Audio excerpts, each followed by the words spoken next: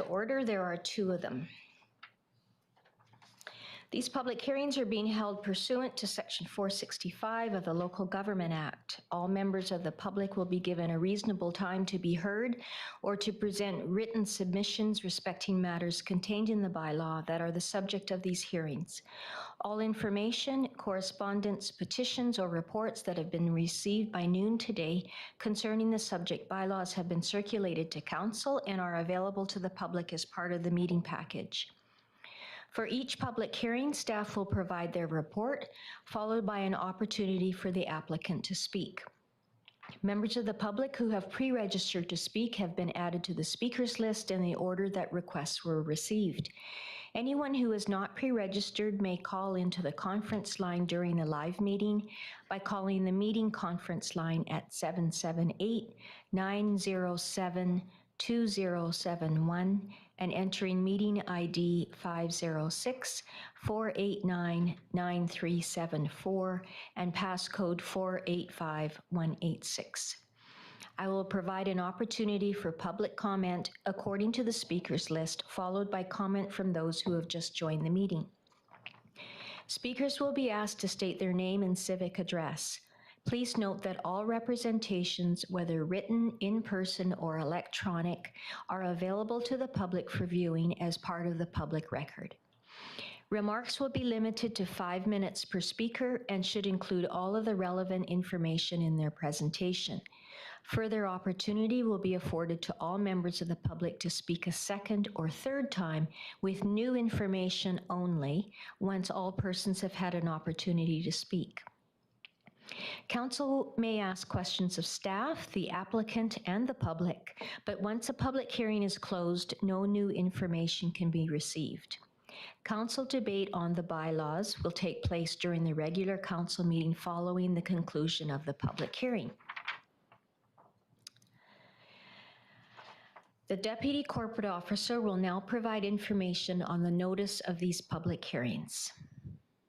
Thank you, Madam Mayor. Notice for the public hearings was given by posting on the notice board at Municipal Hall and on the district's website, as well as advertising in the Summerland Review editions of July 1st and July 8th. In addition, for public hearing number 2 regarding zoning amendment bylaw number 2021-022 for 11510 Blair Street, 8 notices were mailed to owners and occupiers of surrounding properties on June 30th, 2021.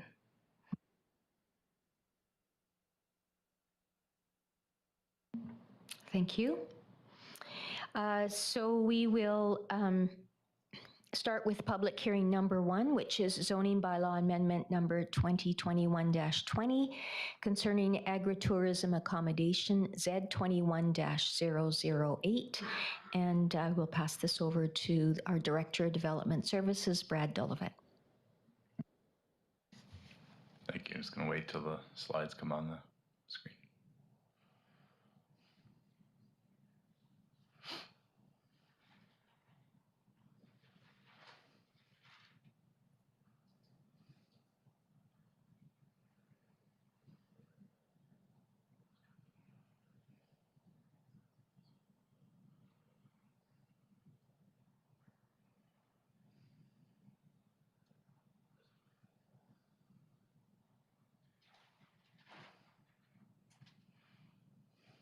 Okay, thank you.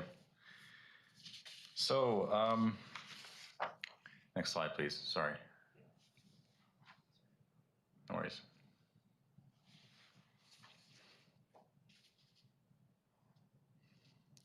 So in March of 26 of 2021, we received a request from the Chamber of Commerce for the allowance of temporary camping or agritourism accommodation to be allowed on all agricultural lands that are subject to the district zoning bylaw. And their request specifically stated that the district limits stays of the agritourism accommodation use to recreational vehicles only, that there be a 3-night maximum stay, to limit the number of self-contained spaces or stalls to 3 per night for each stall, that the farm parcel size must be over 3 to 5 acres in size, and also the chamber recommended that there be a fee for the service. And actually, there's a mistake on the slide that it should be $50 to $100 payable to the chamber is what they requested. Next slide, please. So in staff's interpretation of that request, we reviewed the agricultural land use reserve regulation, and a agritourism activity is a specific and defined farm use activity that's allowed within the agricultural land reserve. And there's a number of proposed uses that are listed on this slide that would fall under the agritourism activity use. And just as some examples, a heritage exhibit, a tour of agricultural land, a cart, sleigh, or tractor rides on agricultural land, harvest festivals, and corn mazes. So these are all defined as a tourist operation that would be complementary to the principal use of agriculture that's found within the property. Next slide, please. So as opposed to the agritourism activity portion, which is a farm use and cannot be restricted by local government regulations, the accommodation portion of an agritourism activity, which is the subject of this public hearing, can be restricted by local government regulations and has been historically by the District of Summerland through our zoning bylaw. The accommodation portion of the use, however, must be, according to the Agricultural Land Use Reserve regulation, it has to be specific and related to an agritourism activity that is found on the site. So if it's a corn maze, that there'd be one on site, and then the allowance of agritourism accommodation could be permitted. Furthermore, the Agricultural Land Use Reserve regulation allows that that if accommodation is to occur on site, that the land be located on land assessed as farm, that the total developed area of the accommodation use is a maximum of 5% of the total parcel, that the accommodation is limited to a total of 10 sleeping units, and that accommodation is provided on a seasonal or short-term basis only. Next slide, please. So now getting into the district zoning bylaw and our specific regulations. Currently, right now, our agritourism accommodation, our zoning bylaw has a definition for agritourism accommodation within it. That means the provision of short-term sleeping accommodations for tourists on a property classified as farm under the BC Assessment Act. Typical uses include, but are not limited to, farm bed and breakfasts, seasonal farm cabins, campsites, and recreational vehicle sites. So like I mentioned before, currently this use is not listed in the district's agricultural zones, and therefore it's not permitted within our agricultural zones. So if a proposal was to come forward right now to propose this use, the ways that we would consider that proposal and bring it forward for consideration to council would be either through a temporary use permit or a site-specific rezoning application for that property. And that's historically what we've done in the past with these type of proposals. Both of those processes, however, can take up to 3 to 5 months and a significant amount of staff time as well as public consultation in order for a farm operator to have a agritourism accommodation use on their parcel. Next slide, please. So what the proposed bylaw amendments that are the subject of this public hearing are proposing is to allow agritourism accommodation as an accessory use in the A1 agricultural small acreage zone, as well as the A2 agricultural large acreage zone. And in addition to that as well, there's a new section 716, which is a specific use regulation section that is specific for agritourism accommodation uses, and has further criteria for what would be the criteria for allowing agritourism accommodation on an agricultural parcel. And just to build on and elaborate a bit on what those criteria are, that the minimum parcel size is 2 hectares, that if it's a building that's being proposed for agritourism accommodation, that all the all the bedrooms be contained within one building. Next slide, please. That the maximum number of bedrooms is 4 within for the agritourism accommodation use. That the maximum number of consecutive stays per person is 10 days. That no bedroom within the agritourism accommodation use be larger than 20 meters squared. That no kitchens are permitted within a bedroom. And then as well that there'd be a parking requirement for each bedroom that's being proposed. And then for the request from the chamber with regards to the request for allowing campground stalls for agritourism accommodation, again, a minimum parcel size would be 2 hectares. The campground use would have to be sited within the farm home plate. The campground use be sited 10 meters from all property lines. That the maximum number of campground stalls is 3, and the maximum number of consecutive stays per person within the stall is 3 as well. And there's a couple other criteria we'll get into, but next slide, please. So we consulted with the Agriculture Advisory Committee on these proposed amendments back in April. The Agriculture Advisory Committee recommended that the district initiate the zoning bylaw amendment. However, there was a proviso to the recommendation that this be granted on a 1-year trial basis, and that would include monitoring and input further from the committee and reporting back to the committee for comments regarding the addition of agritourism accommodation as an accessory use in the agriculture use zone. With that regard, staff is also recommending that we report back to council and the committee in October of 2022 next year to follow this recommendation. And we are planning to do that as part of this bylaw amendment. May 21 of 2021 as well, the Agriculture Advisory Committee provided additional comments for the district, that there's notification to adjacent landowners, that there be campsites to be located within a farm home plate, that there be require the signing of disclosure statements for all patrons of a proposed agritourism accommodation use, and to restrict trespassing onto adjacent agricultural properties. And all those requirements have now been included as part of the proposed bylaw amendments in front of council tonight. With regards to the Advisory Planning Commission, we presented to the Commission as well the proposed bylaw amendments, and there were some comments from the Commission that there may be different types of farms that would be interested in this. That perhaps as well there's some comments made that the proposed site-specific use regulations were too restrictive. They also recommended that no hard infrastructure, but however, that we should allow power to be connected to avoid the use of generators. And so that actually was one of the changes we made to the proposed bylaw amendments as well. But in general, they supported the zoning bylaw amendment as proposed. Next slide.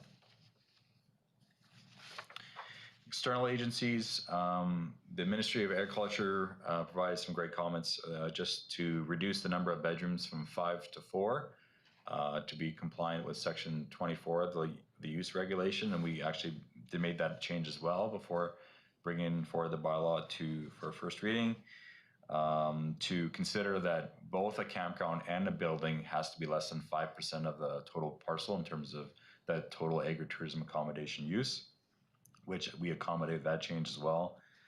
Agricultural Land Commission as well supported the inclusion of agritourism accommodation as a permitted use because it is an allowable use within the ALC. They also supported that the total area of both a campground and a building use be less than 5% of the parcel size. There was some concerns from the ALC, however, that if we are allowing agritourism accommodation within one building, that this could be used as a secondary residence. And that is something we'll have to be cautious of moving forward with this bylaw amendment. Next slide. With that, I'm happy to take any questions.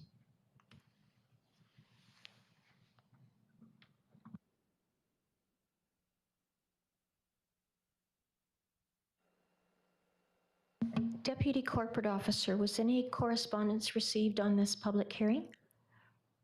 Yes, Madam Mayor, we've received 2 written submissions during the statutory notification period.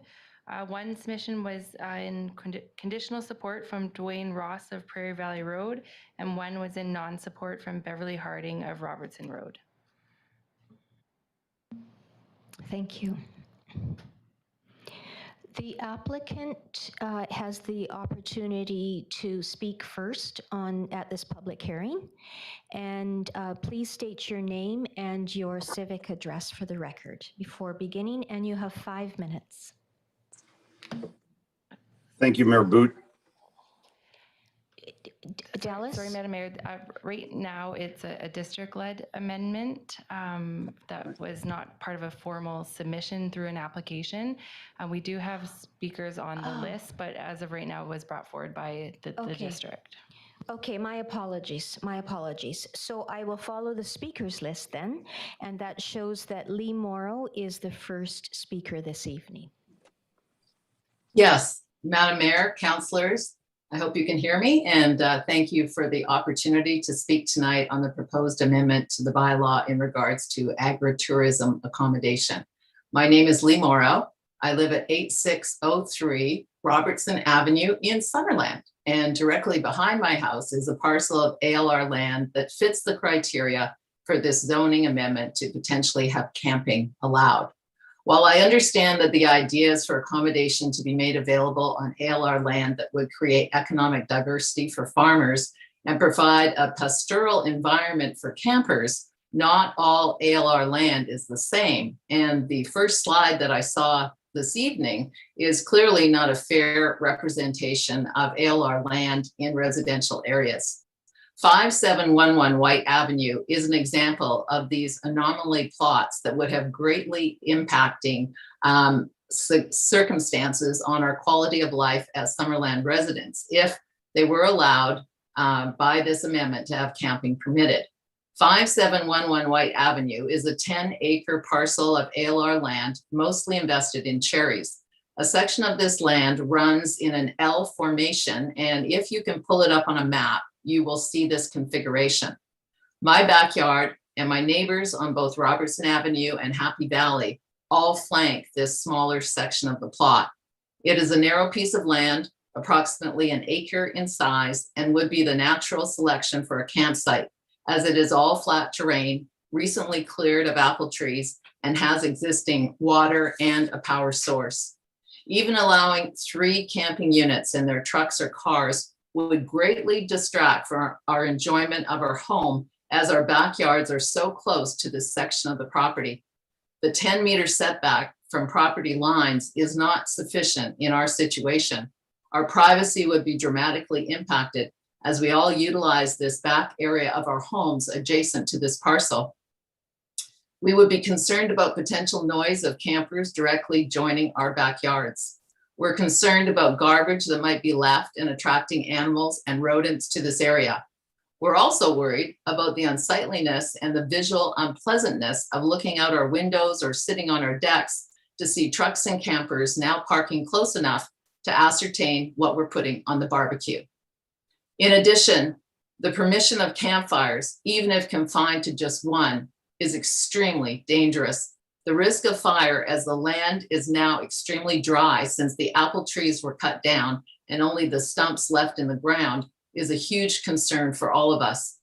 I would lay awake at night wondering if the campers had completely extinguished their sparks. I would ask council to review the situation for residents such as myself and only grant agritourism accommodation for parcels of land that do not encroach into residential communities such as ours. Perhaps a variance would be needed for camping on ALR land that directly borders residential communities such as ours, so our concerns could be voiced prior to any changes, even the proposed one-year pilot project. We chose Summerland over many, many locations in the Okanagan because of the privacy, the quietness, and the rural feeling of Robertson Avenue. Please do not destroy our enjoyment of our own property by allowing campers to become a part of our backyards. Thank you. Thank you for your presentation, Ms. Morrow.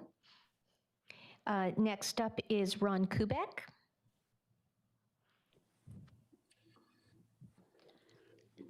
Thank you, Mayor and Council and staff.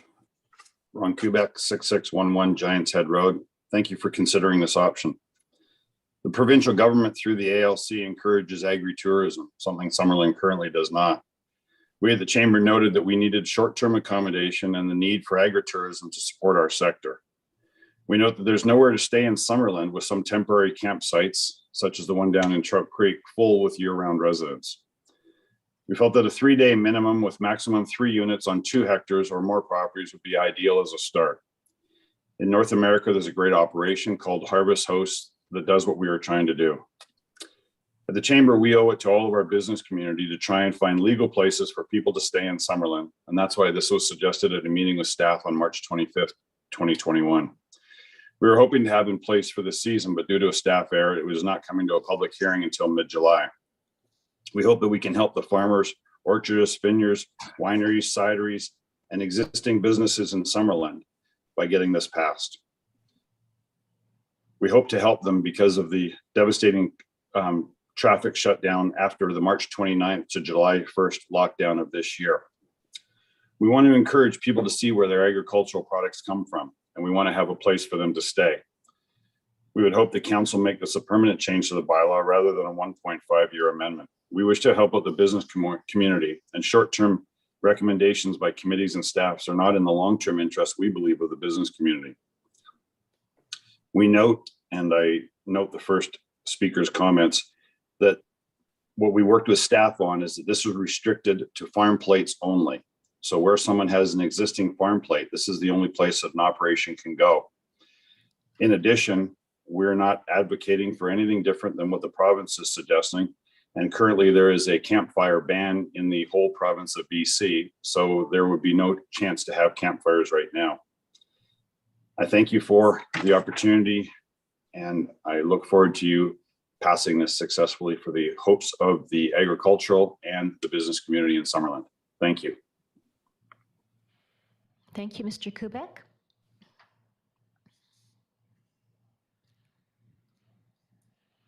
Is there anyone that would like to speak to this public hearing, or would one of you wish to speak again?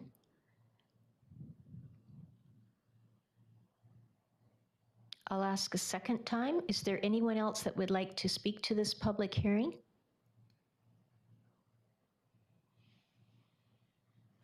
And I'll ask a third time. Is there anyone else that would like to speak to this public hearing? Okay. Council, do you have questions of staff or questions to the public for clarification, if you like? Councillor Holmes and then Councillor Carlson. Yes, thank you. Question for staff. When this first came to us, one of the things we discussed was what about properties that are leased out, that aren't farmed directly by the owner of the property, but are leased out to other people, and how would they fit into how would the rules apply to those properties? Through your chair to Councillor Holmes,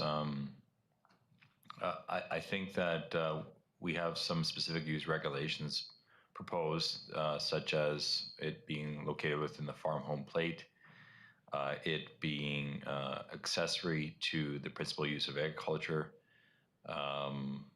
So therefore, like there would be the need for the farm home plate to be defined.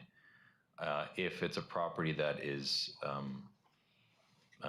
being leased, and as well the property that say has a residential dwelling on it is also being leased, that could be part of the provisions of the agreement we enter with the owner of the land, is that it be monitored to ensure that there's no activity with a proposed use that would be in non-conformance with our proposed regulations that are being proposed for council tonight. But we wouldn't want to restrict that, I guess, if there's a proposal that would be on leased land.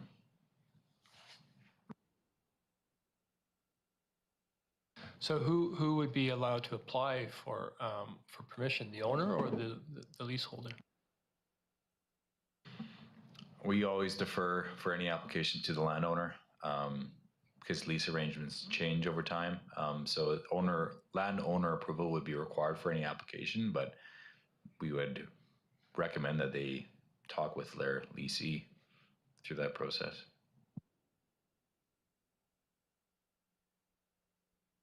Councillor Carlson? Thank you, Madam Mayor. I have a question about the logistics of who's going to be administering and enforcing. For example, if we ask that applications be made and a license and each individual property is registered, that's one piece, and then there's also the piece of bylaw and enforcement. And so I'm just wondering, the process of creating what it is you need to do in order to even get registered, and then the process of going through all of the applications and the process of issuing a license, and then the process of following up to make sure that those people are following that rule. I'm just wondering, is the district in a position, and do we have the capacity to actually administer that right now, or is the chamber going to be doing part of that work? Through the chair to Councillor Carlson, that's a great question. I think that this is I proposed in the presentation a 1-year trial basis of approval, where we want to do monitoring of the 1-year timeframe and determine the impact that these proposed zoning changes have on agricultural properties and also adjacent properties next to agricultural land. I think we're going to be, for any of those that are uptaking and taking advantage of the new zoning and bylaw amendments, we're going to be actively reviewing them, monitoring them, gathering information as well, like the type of people using the campground use or a building use, and then being able to report on that in a year's time frame. So I think that we will be trying to have an active presence as well. The way we've set this up, and as part of the further bylaw changes that are not the subject of this public hearing, for example, the business license bylaw amendment, we are hoping to utilize that license to ensure that the operation is reviewed on an annual basis to ensure that there's conformance to our regulations. Thank you. Just to follow up then, if we set out on this, is it possible that we can have an understanding of who will be involved in that review process and what it is that they will be looking at, just as so we don't, necessarily rush to do it or forget to do it or come around to, an election and then realize that we didn't do it, and it just continues on because it's in a bylaw, and we'll just continue doing it until we get around to reviewing. So I'm just wondering if we can make sure that that process goes in tandem with actually laying out the program. I don't know if that's been given any thought, but I think it's important. If I may, through the chair to Councillor Carlson, I think that's a great idea. I think that the time to discuss that would be maybe during the third reading report, following the closure of the public hearing, where we can talk more about the administrative changes and directions from council to staff as to how we want to manage this moving forward. But the currently right now before council is just the zoning consideration was part of this public hearing.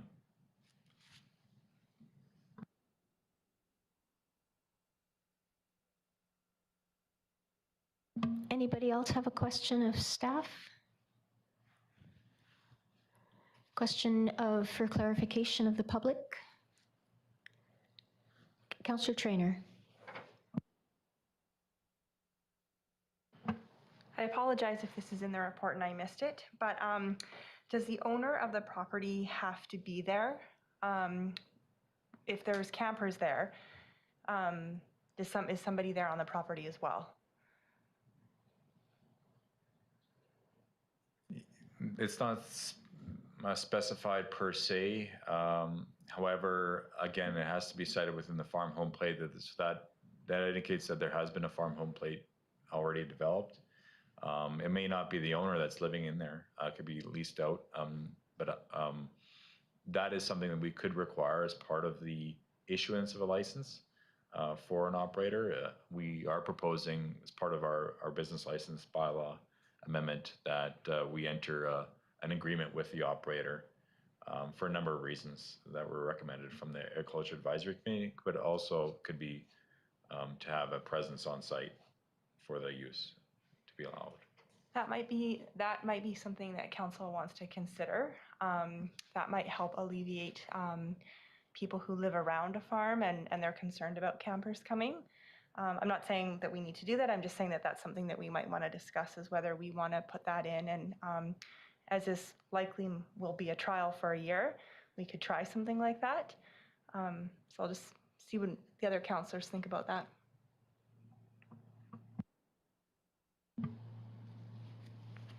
Okay, other questions?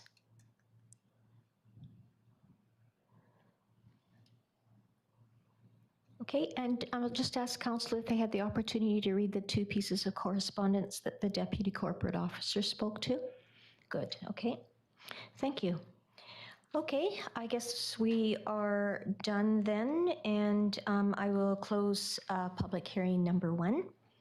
And we'll now move on to the second public hearing, zoning bylaw amendment number 2021-022 for 11510 Blair Street, Z21-006. And Alex is presenting on this.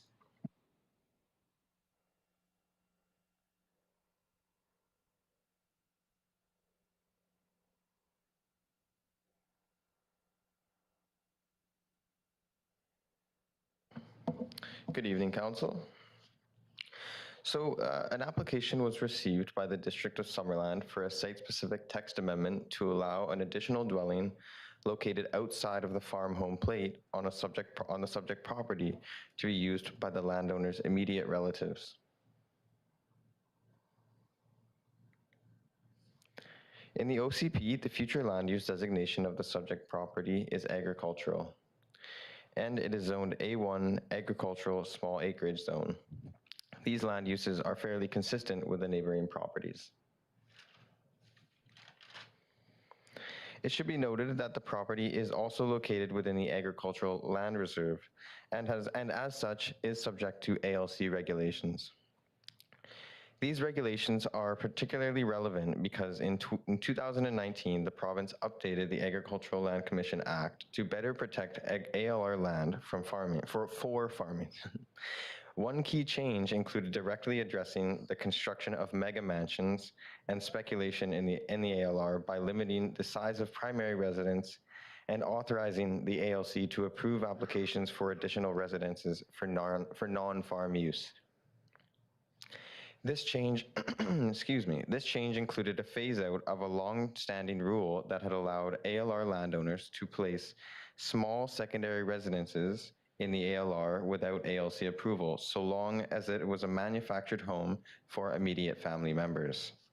Owners of ALR land who wish to site a manufactured home for immediate family members on their property still have until December 31st, 2021 to do so.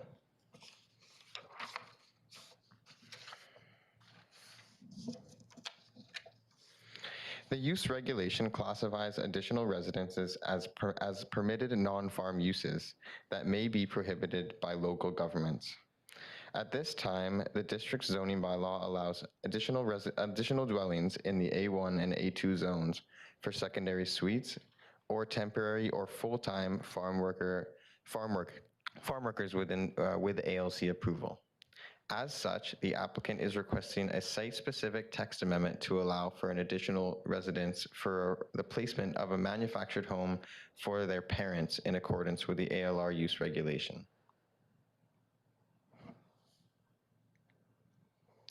These photos provide a little bit more context to the site and application.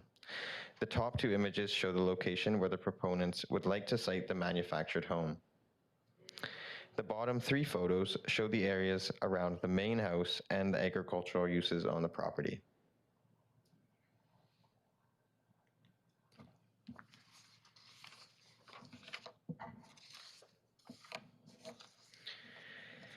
The applicant has noted that the manufactured home would be used by their retired parents. Allowing an additional residence on the ALR for a relative, particularly an aging parent, was identified in the Ministry of Agriculture's 2020 policy intentions paper on residential flexibility in the ALR. Although there is little policy direction or guidance from the ministry or the ALC at this time, the requested amendment currently meets ALC regulations. The intent of locating residential buildings within the farm home plate is in order to reduce the impact of development on arable farmland. The applicant is proposing to locate the additional dwelling at the north end of the property outside of the farm home plate. The rationale for this location is twofold. The proposed siting area is not suitable for farming due to a frost pocket. Further, the location provides privacy from the principal dwelling as well as from the neighboring property. Staff recognize that there may be concerns about additional residences for family not being used for their intended purposes, such as short-term rental or short-term vacation rental or other rental accommodations not related to the farm use on the property. To address this concern, staff recommend that a restrictive covenant be registered on title to ensure that the dwelling is used by the owner's immediate family and that the dwelling is removed when the use is no longer required for family purposes. Using restrictive covenants in this way is a fairly common practice on agricultural land to have more added protection. Thank you very much. That concludes my presentation.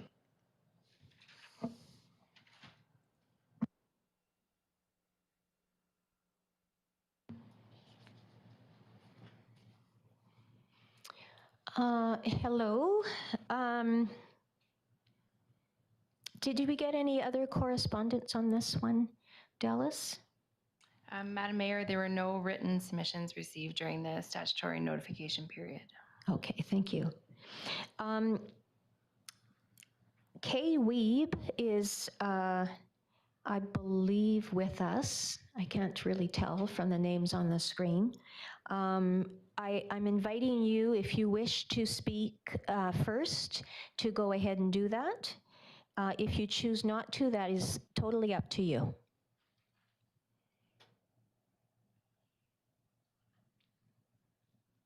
Okay, and if there is anyone else attending this public hearing that wishes to speak, I don't have anyone else on the list,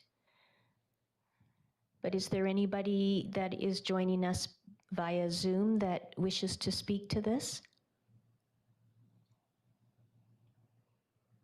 I'll ask for a second time. Anybody wish to speak to this public hearing? And a third time, is there anyone that would like to speak to the public hearing before us on Blair Street? All right. Council, questions of staff?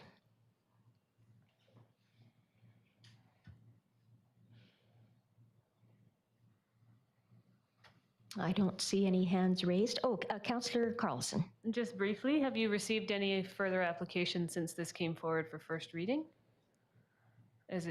Are we seeing as I questioned last time, perhaps an onslaught of people trying to get mobile homes before December 31st? Through the chair to Councilor Carlson, I don't believe we have any that are similar to this application submitted. Thank you very much.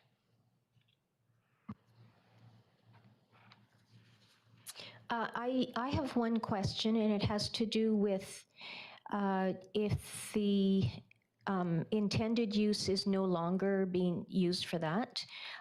So in this example, the aging parent is no longer living in the manufactured home. You stated, I believe, that the manufactured home has to be removed. How difficult and expensive is that? It's not like a trailer that you just pick up and move along. It's a manufactured home. Yeah, so through the chair, I've actually had no experience with such an action having been enacted on a property owner, so I can't speak to that. Thank you. I'm just concerned about potential enforcement issues down the road. That's the only thing. Okay, any other questions? Councillor Patton. Thank you, Madam Mayor. So when we talk modular, are you talking Z240 as a mobile home, or are we talking an A277, which could be a modular home? Through the chair, I don't know the difference between those structures. Z240 is a steel frame, and a modular home sits on, could sit on a foundation or sit on blocking. Go ahead, Brad. Yeah, I believe the most likely the regulations are targeting Z240, but because of they're not saying it specifically, but they're limiting the width of a manufactured home Okay. to, I can't remember what the amount is, but basically a single wide mobile. Okay. As well, the use states. Thank you.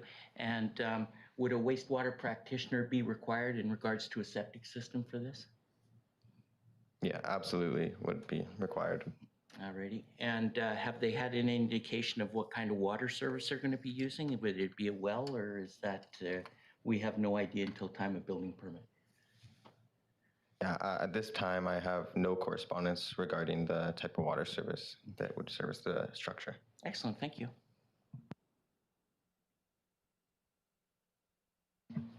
Anyone else?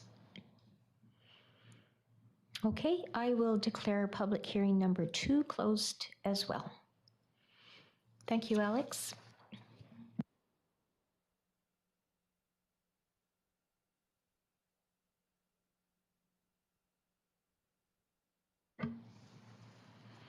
Okay, I will call to order our regular council evening meeting of July the 12th. This meeting is being recorded live and is streaming. All representations to council, written or verbal, will form part of the public record and be available to the public for viewing electronically or as a written record. Members of the public may access the meeting or participate in the following ways. Watch the meeting live or recorded at the District of Summerland YouTube channel, youtube.com District of Summerland. Those who have not registered in advance but wish to speak during the public comment opportunities may connect to the meeting by calling the meeting conference line at 778-907-2071 and entering meeting ID 506-489-9374 and passcode 485186. After I have provided everyone who is pre-registered with an opportunity to comment, the floor will be open to those on the conference line. Deputy Corporate Officer, do we have any late items to introduce? There are no late items, Madam Mayor. Thank you. Could I ask for a councillor to approve the agenda, please? Councillor Holm and Councillor Carlson, all in favor? Thank you. And adoption of the minutes of our last evening meeting of June the 28th. Anything there to bring forward? If not, I'll ask someone to bring that forward for adoption. Councillor Traynor, thank you. And Councillor Barkwell, all in favor? Great.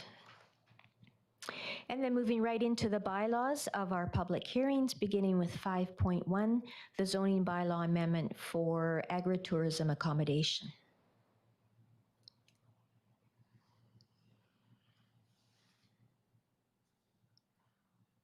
Thank you, Worship.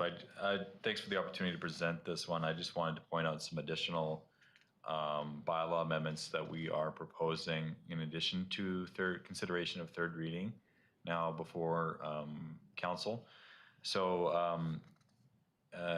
in addition to the third reading that's before council, following the closure of the public hearing tonight on the proposed zoning bylaw amendments to the agritourism accommodation zoning bylaw amendments, we're also recommending council provide the first 3 readings to business license amendment bylaw number 2021-028, as well as the first 3 readings for the fees and charges amendment bylaw number 2021-030.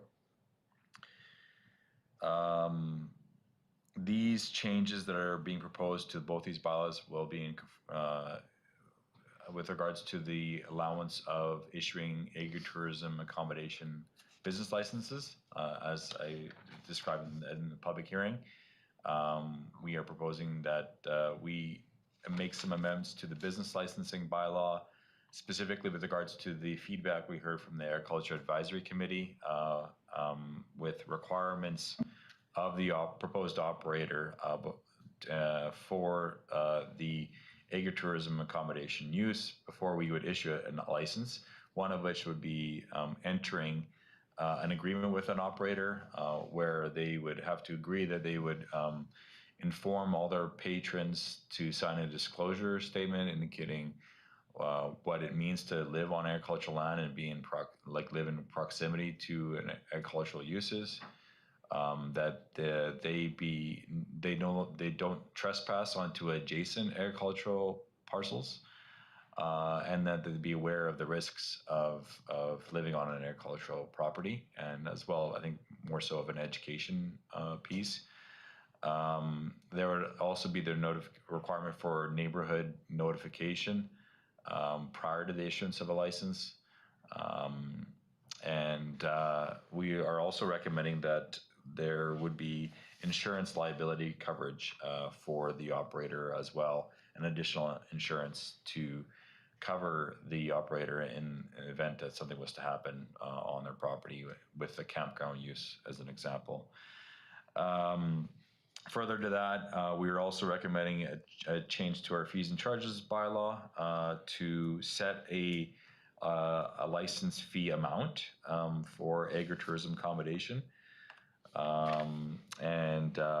The Chamber of Commerce, if you remember from my presentation, recommended a license fee range of between $50 to $100. We are recommending that we use the $100 fee.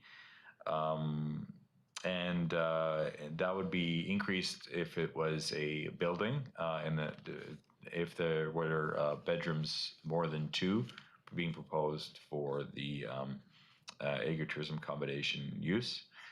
The Chamber also requested that the revenue from these fees be directed to the Chamber, and the staff's of the impression that, and we do not recommend that we be forwarding this revenue to the Chamber of Commerce, as we feel that the district has negotiated a separate fee for service agreement with the Chamber of Commerce for visitor information and tourism marketing purposes, and that kind of creates some structure around our relationship with the Chamber.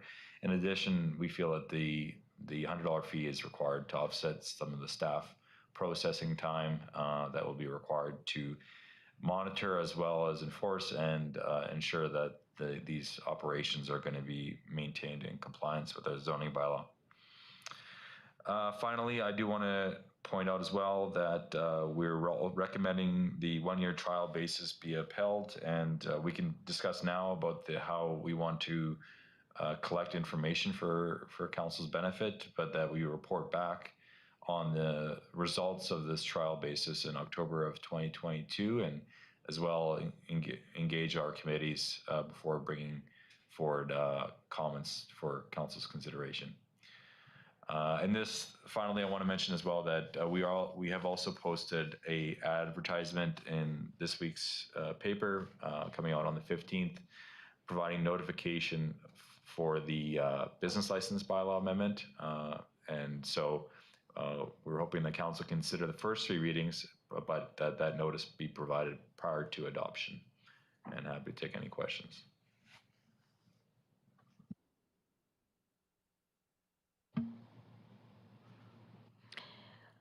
Okay, so I just have a question of process. Because we've had a public hearing and Brad has brought to us kind of 2 different things here.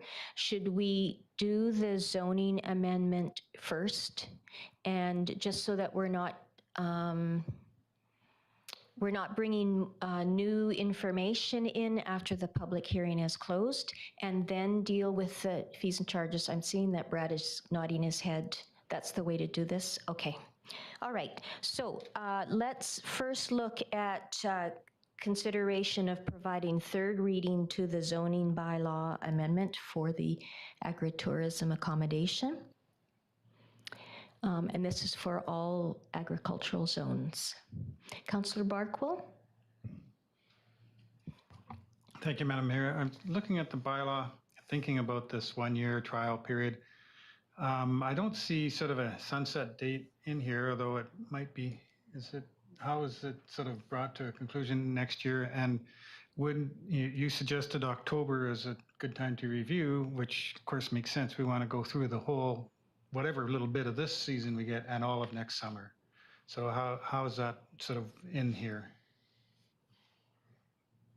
Thanks for the question through the chair.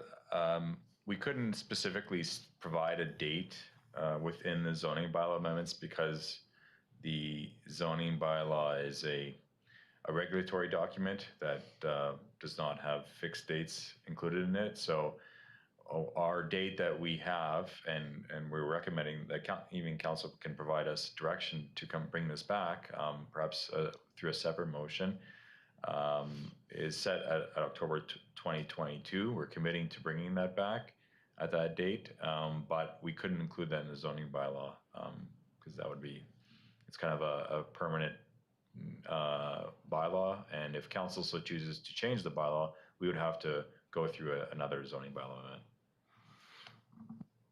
Go ahead. So in essence, this is not a temporary sort of amendment. It's a permanent amendment unless it's changed next year. Correct. Okay, thank you. Oh, go ahead. Yeah. Councillor Holmes? Yeah, so on the same topic, as was mentioned, October 2022 is an election.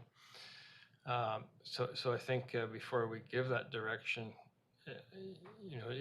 I think we need to decide, is this something that this council wants to review before the election, or is it something that we want to let the next council review? In which case, and either way, I'd say, maybe October 2022 might not be the best month to do it.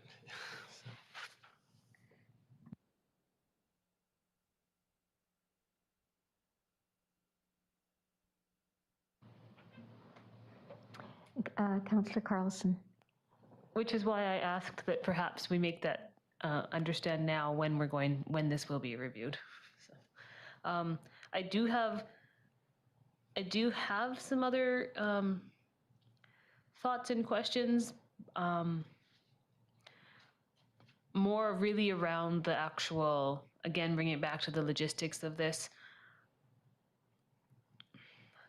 I think that it might get to be a little more complicated than we think.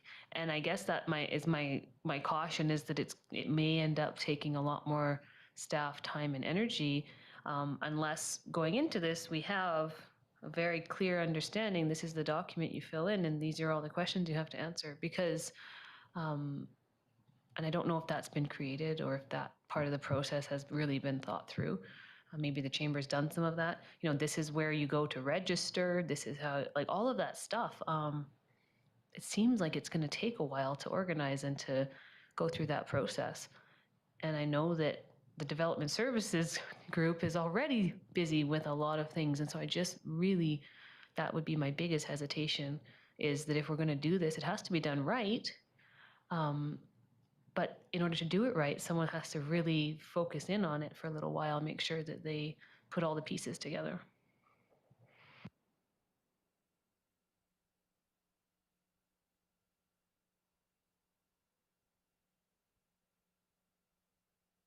I'll just give a little bit more on why I'm thinking this way, because every time you turn around, we get a complaint about an Airbnb, unregulated. We're not doing anything about it. We're not, we don't have something in place for that. And so if you consider someone bringing their RV and another group bringing their RV and another group, and now you have 3 of them all in one place, and now you have literally 3 Airbnbs all side by side on one property. And I guess my concern is that, are we really ready to take that on? And if we are, then I think we should try it and see how it goes. But if it's just going to become this huge nightmare, I think we need to take caution.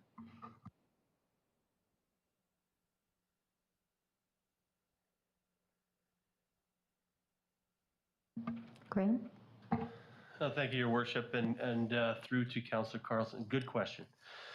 So we've done a lot of thinking about this, actually, and Obviously, there's some details to be finalized. We're still talking about some things today.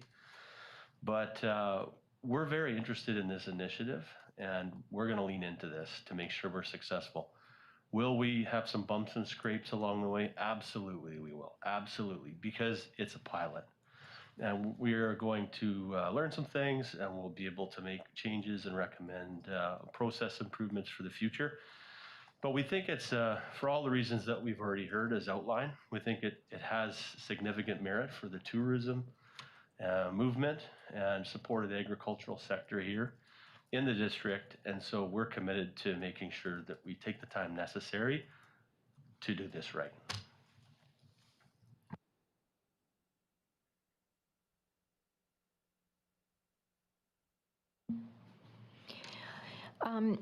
I think I don't have a lot of concerns about this. One concern that I do have is we've talked a bit about making sure that a disclosure statement is signed by the patron so that they understand, what it's like to be next to another agricultural business and to make sure that they're not trespassing. But as we heard from Ms. Morrow this evening, what if this is a property that is not next to another agricultural property? It's like a residential, agricultural, and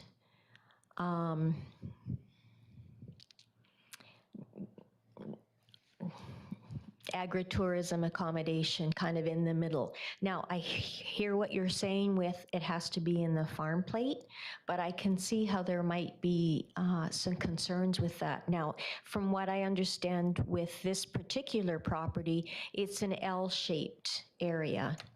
And if an application came in that had, for example, this L shape, and the L shape was not part of the home plate, whether or not the person lived there or was leasing the property, that would automatically disqualify them from putting in this kind of tourism, agritourism accommodation, because it wouldn't be on the home plate? That's correct, yeah. Okay. Unless they went through a separate approval process with council at that time. Like a variance? That's correct, yeah. To cite it outside the home plate as an example. But it would be a council approval at that point. Great, okay. Yeah. Okay, that gives me some assurance with that particular piece.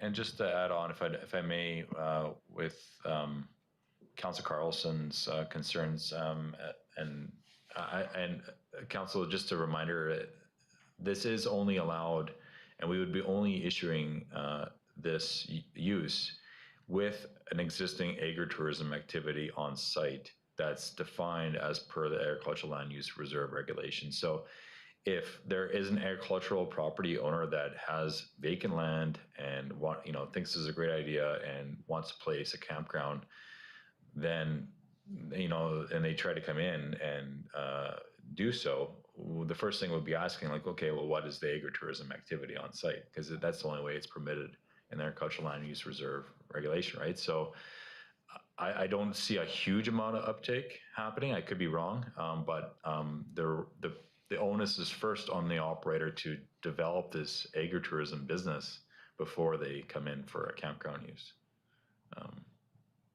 Just to give some concern. Councillor Traynor and then Councillor Barkwell. I have a question for staff. I'm just curious about the disclosure statement. I'm wondering who will write it and what weight will it carry? Like when a person comes and signs it, where does it go? Would it be enforced if they were to complain about something? Like, how will it work? Yeah, that's a good question. I think what we'll do if council decides to give us direction tonight is we will draft a template agreement to sign with each operator, as well as a template disclosure statement that they could provide their patrons so that it be all consistently, across the district as to how these things will be maintained moving forward. And in terms of enforcement, we would probably defer back to that agreement that was signed with the operator. We do have some bylaw provisions within our zoning bylaw now. If council considers the adoption of the proposed amendments, anything that's listed outside of these criteria could be enforceable through the issuance of a ticket once those zoning bylaw changes are made. And as well, we could enforce separately as per the agreement that was signed with the operator.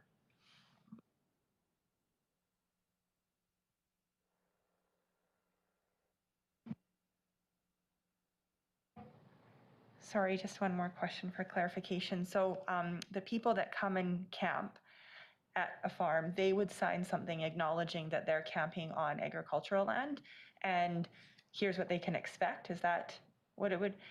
Okay, so then if they were to, I guess, complain that it was too noisy or something, then the owner could say, well, you sign this. Is that kind of the purpose of it? Okay.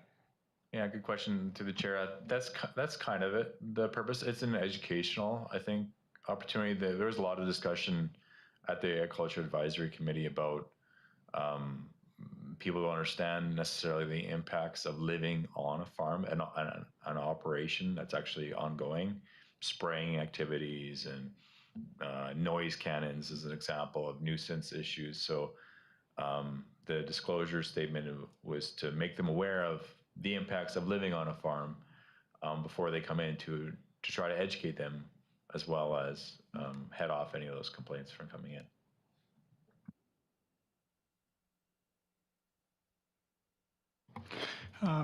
Prior to this zoning amendment, if you wanted to do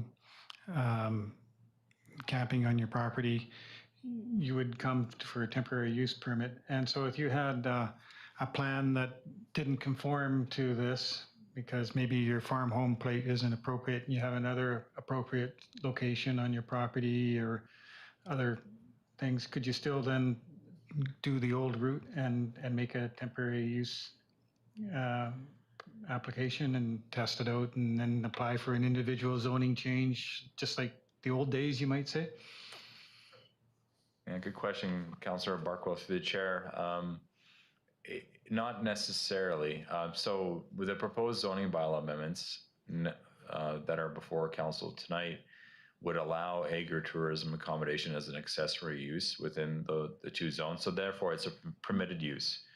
So the need for a temporary use permit, which deals with use, is no longer required because it's a listed use.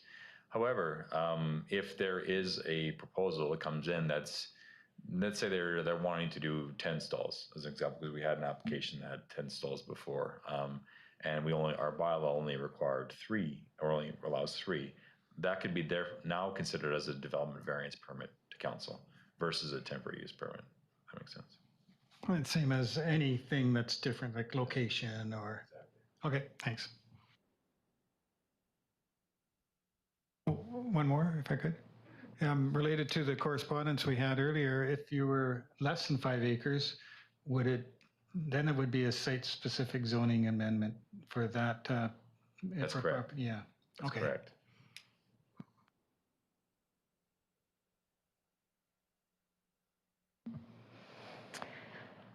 Okay, any other questions? Could I have someone bring forward the motion, please? Councillor Holmes? That zoning bylaw amendment, agritourism accommodation bylaw number 2021-020 be read a third time. Thank you. Seconder? Councillor Carlson? And further discussion on this? Okay, I'll call the question. All in favor? And I don't see any hands up, so none opposed. Thank you, that carries. And so now let's, are there any questions on the second part? So this is the business license bylaw amendment and fees and charges.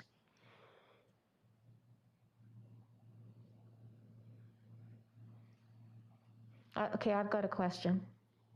I believe you mentioned, I should take this off. I believe you mentioned that it's $100 fee. That fee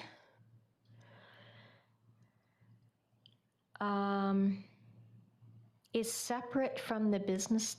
Does it require a business license and a fee?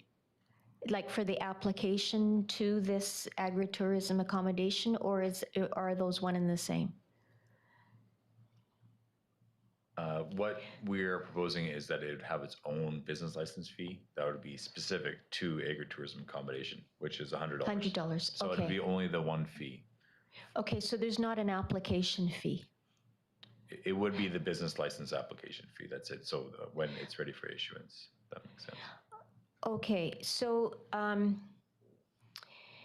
then when you were talking about the administration and the enforcement, you know, including making sure that they have adequate liability insurance and that kind of thing, my question is, how does $100 cover that?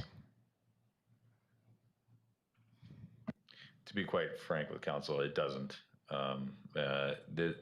None of our, to be honest, a lot of our fees don't cover the actual cost of processing our applications.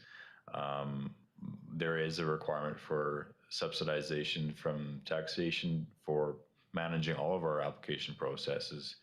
But we have to be reasonable with the applicants because we want to encourage people to apply. So there's a balance that we have to walk in recommending a fee proposed. We feel $100 is prudent as well. We're basing it somewhat on the Chamber of Commerce recommendation. And then just another question about the fees. If somebody comes forward with an application and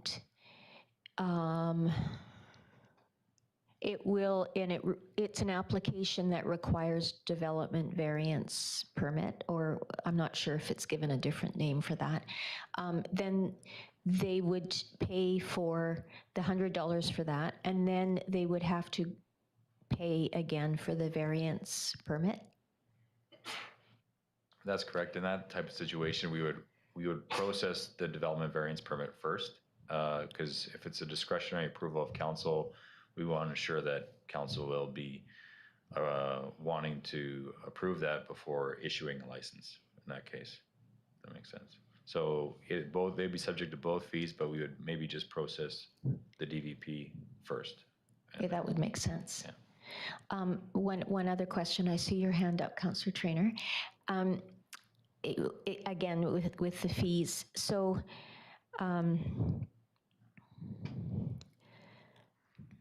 now I forgot I've lost my train of thought here.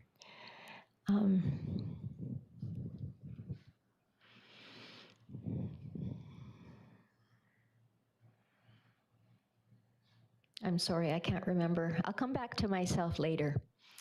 Okay, so Councillor Traynor, you were saying that somebody else had their hand up for you? Councillor Carlson? And then we'll go to you, Councillor Traynor. We probably have the same question.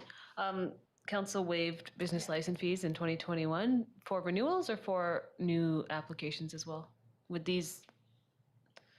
Can we suggest that these will not be waived in 2021 because it's a brand new, and it's the only reason we put it in place? Yeah, you're correct. It's for all business licenses currently for 2021. So perhaps we get a separate motion on with regards to us charging for this specific use.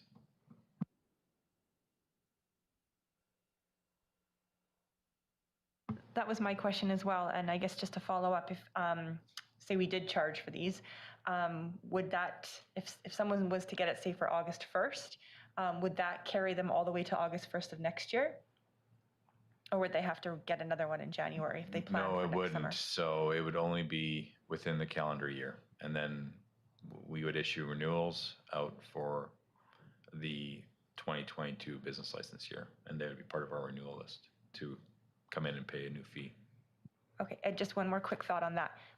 If we are going to put an end date for this trial for next year, which say either is in September or October, then they're only getting 8 months of the business year instead of a full year.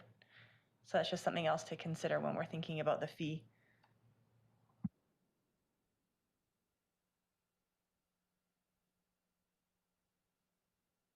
Councillor Holmes. I'm okay with waiving the fee for this year. This is what we decided to do for businesses, and I don't think just because it's a new opportunity that it shouldn't the same rules shouldn't apply, and especially considering the season's already well underway. There probably won't be that many this year, so I think we should apply the same principle. I might encourage some people to take advantage of it, to try it out. But on the same topic, we also are reviewing our business license fees for next year. So will this be reviewed as well? Through the chair to answer that question, yes, that is on our work plan to still review our business license fees. If this is included as part of the amendment, it could be reviewed, although I doubt we would recommend at the staff level any changes because we had just brought this forward.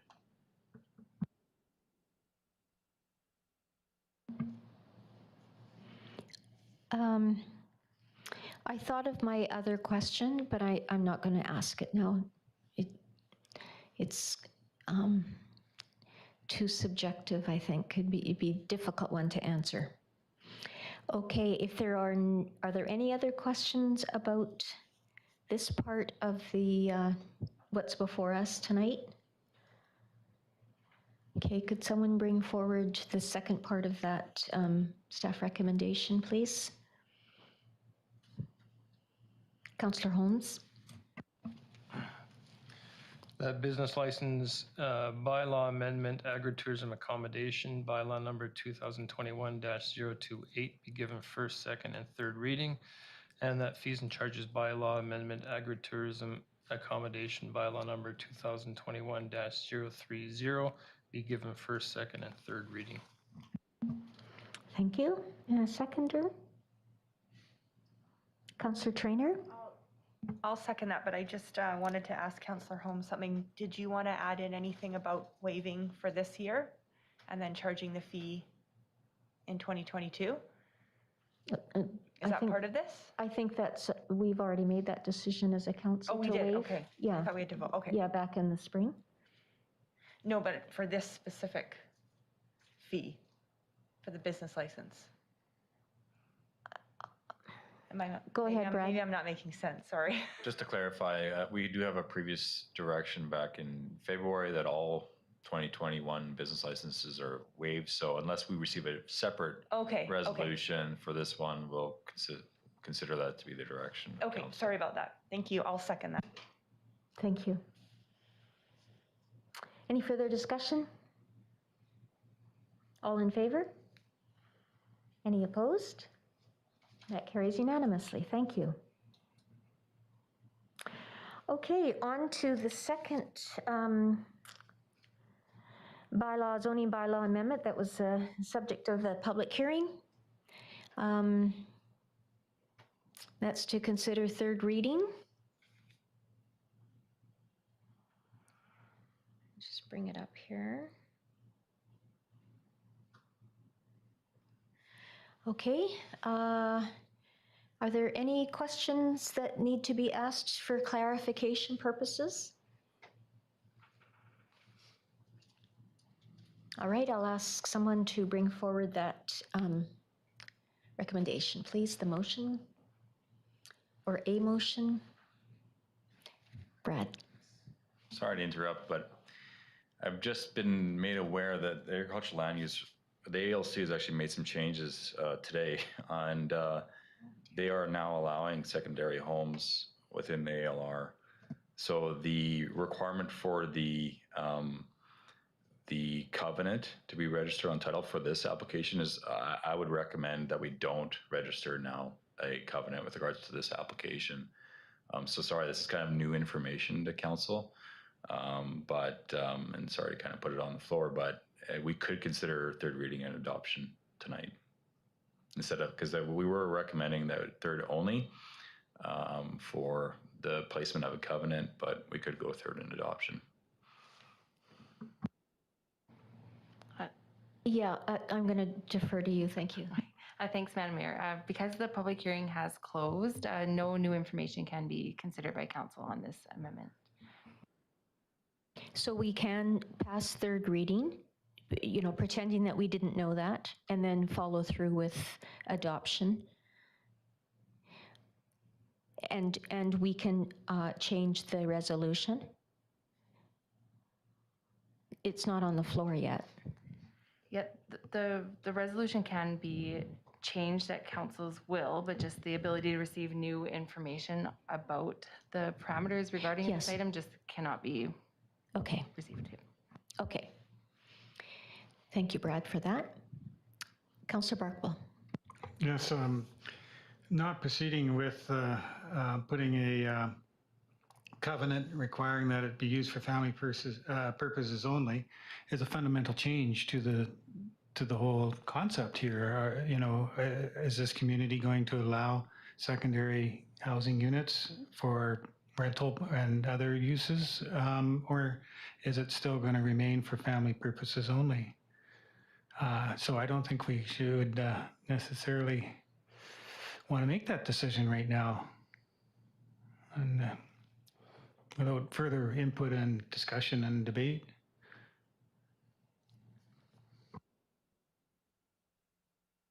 Well, I would suggest that once we get a motion on the floor, then we'll have that opportunity, and then we can defer it if we want. We can make that decision just to defer if we don't want to talk about it anymore until we've had some more chance to digest that.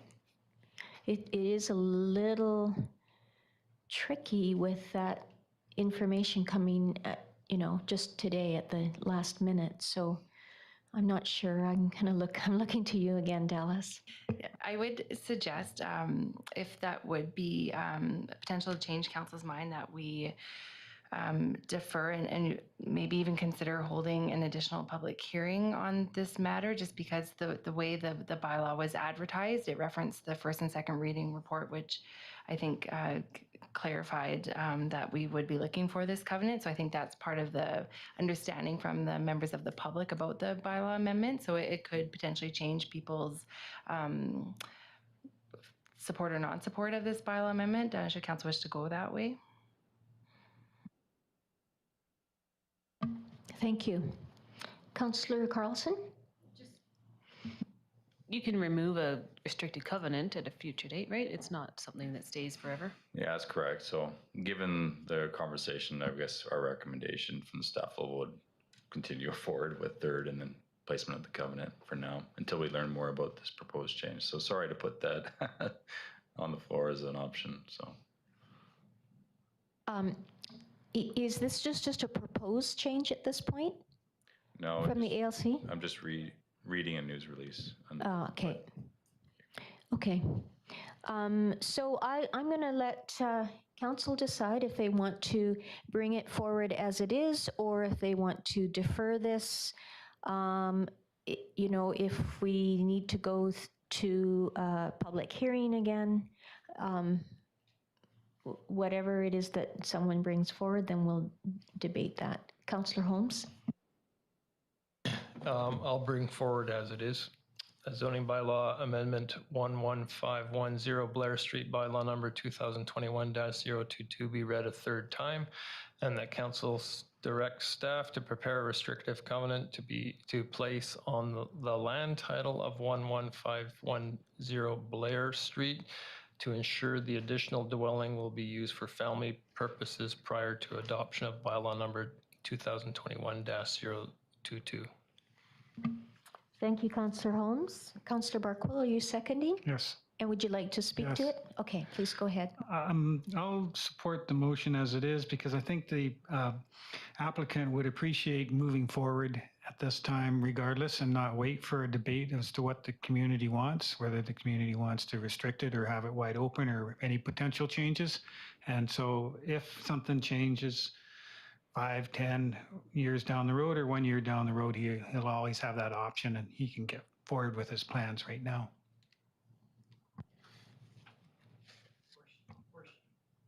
Or she. Thank you, Councillor Barkwell. Any further discussion on this? Okay, all in favor? Any opposed? That carries unanimously. Thank you, Alex.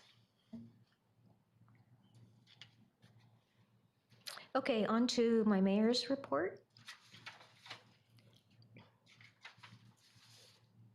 On June 30th, I attended the official openings of the reconstruction of the Lakeside Pathway from Peach Orchard Beach to the Lakeside Tennis Courts and the outdoor fitness gym at Memorial Park. My thanks to Councillors Tim Lazard and Clint Gabriel of the Penticton Indian Band, who joined Councillor Barkwell, district staff, and our MLA and MP at these events.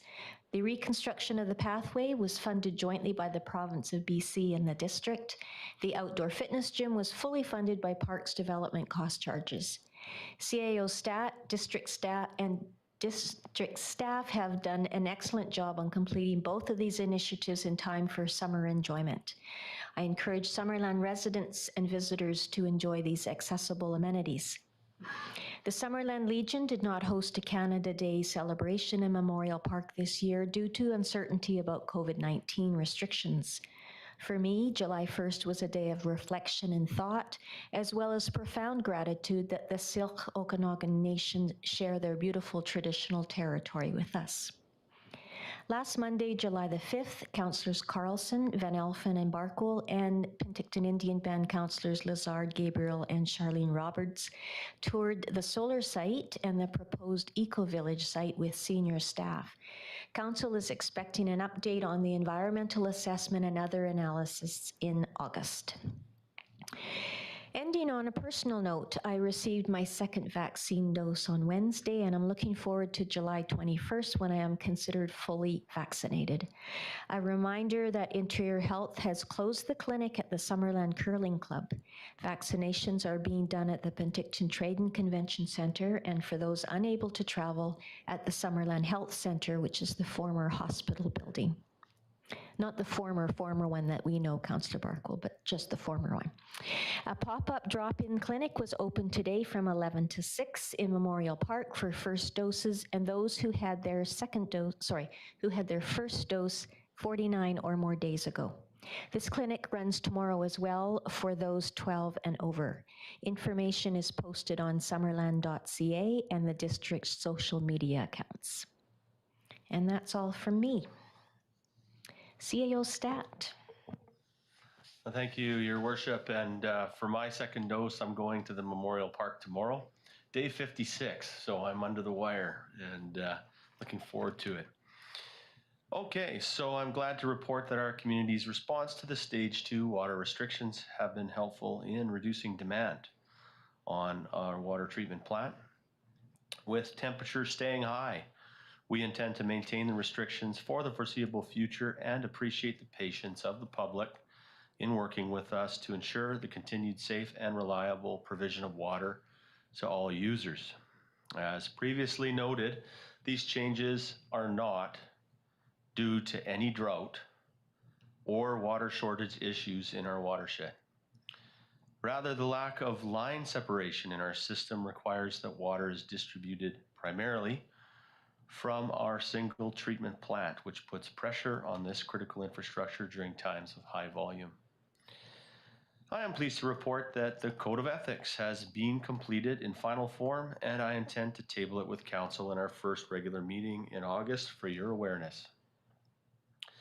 The document underscores that we are a values-based public service organization centered upon transparency, respect, honesty, stewardship, and creativity.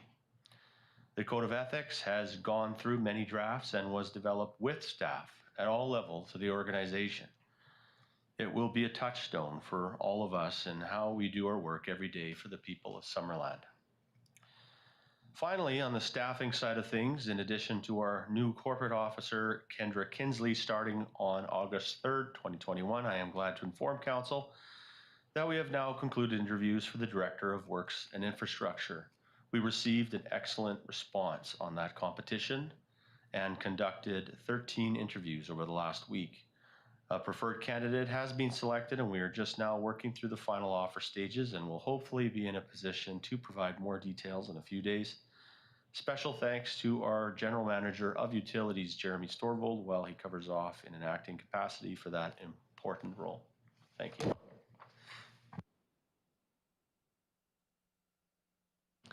Thank you. Do we have anyone waiting on the line to speak to council this evening? Not as part of the public comment opportunity section. Okay, thank you. So we'll get on to development reports. The first one is 9.1, development variance permit for 16423 Keene Street. And Alex is speaking to this one.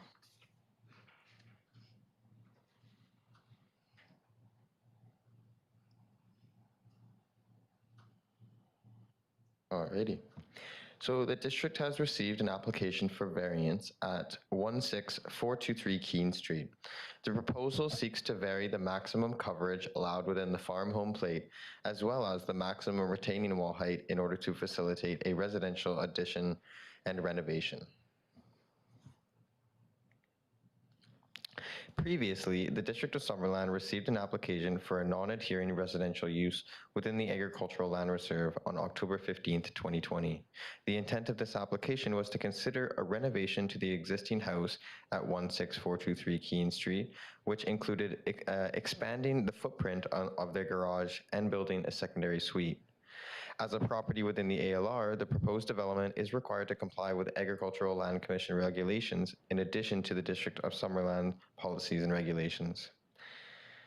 Of particular importance, this application was the size restriction prescribed in section 20.1.1b of the Agricultural Land Commission Act, which stipulates that the total floor area of principal residences must be 500 square meters or less. The applicants proposed to increase the total floor area of the house from then 490 square meters to 535.8 square meters. As such, proceeding with this development required ALC approval of a non-adhering residential use to increase the size of the principal residence to be greater than 500 square meters. On December 14th, 2020, the District of Summerland Council passed a resolution to forward that non-adhering residential use application to the ALC for consideration.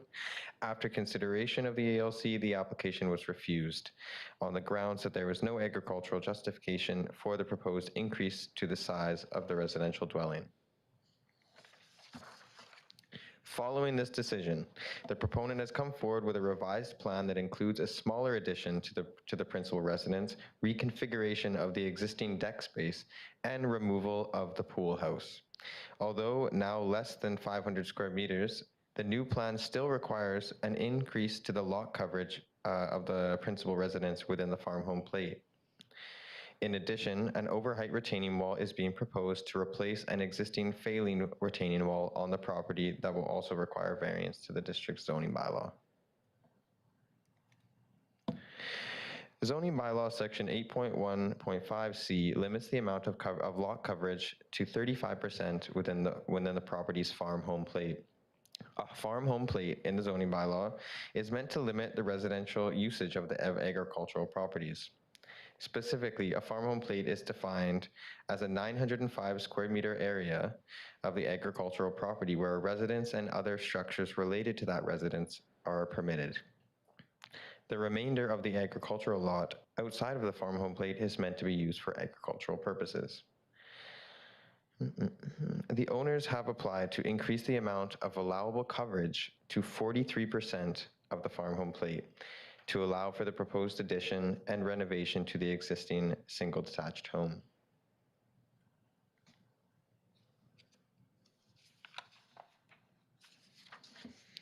The subject property is currently used for agriculture and residential purposes. An orchard occupies a fair portion of the property on the east side of the existing home. The existing farm home plate at 16423 Keene Street is well contained on the property. However, the existing home and related structures already exceeds the bylaw allowance for farm home plate coverage, measuring at 49%, or currently 449 square meters. The home was constructed prior to the A1 regulations being in place, speaking to the farm home plate coverage.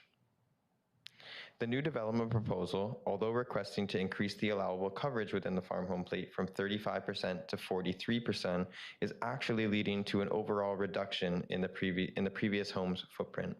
The proposal includes an expansion of the principal residence, reconfiguration of the existing deck space, and removal of the pool house. As a result, the farm home plate coverage would actually be reduced from 449 square meters to 414 square meters. Staff are supportive of this proposed variance to facilitate the reduction in farm home plate coverage overall. The proposed development also involves the reconstruction of a retaining wall that will exceed the district's maximum height allowance as identified by section 5.5.4. The intent behind this retaining wall height regulation is to prevent the construction of imposing monolithic walls that would fundamentally alter the character of a neighborhood and have visual impacts on neighboring parcels. This also prevents the artificial altering of landscapes to dramatically increase grade for building purposes.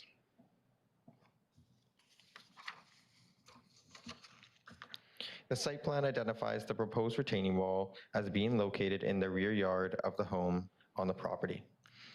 The maximum height of the proposed retaining wall will be 2.6 meters. The zoning bylaw minimum spacing requirement will be maintained for the tiered portions of the wall. The retaining wall will not be highly visible from adjacent properties or from Keene Street. This wall is required in order to replace the existing failing wall shown in the photo. A structural design sealed by a professional engineer will be required to address any geotechnical, structural, and water concerns at the time of building permit. The proposed retaining wall height variance will allow the property owners to replace an existing wall and allow for improved site stability. The variance to the farm home plate will allow the property owners to conduct an addition and renovation that ultimately decreases the residential footprint on the property. These variances are being recommended for approval due to their limited impacts on adjacent landowners and on overall neighborhood character. Thank you very much.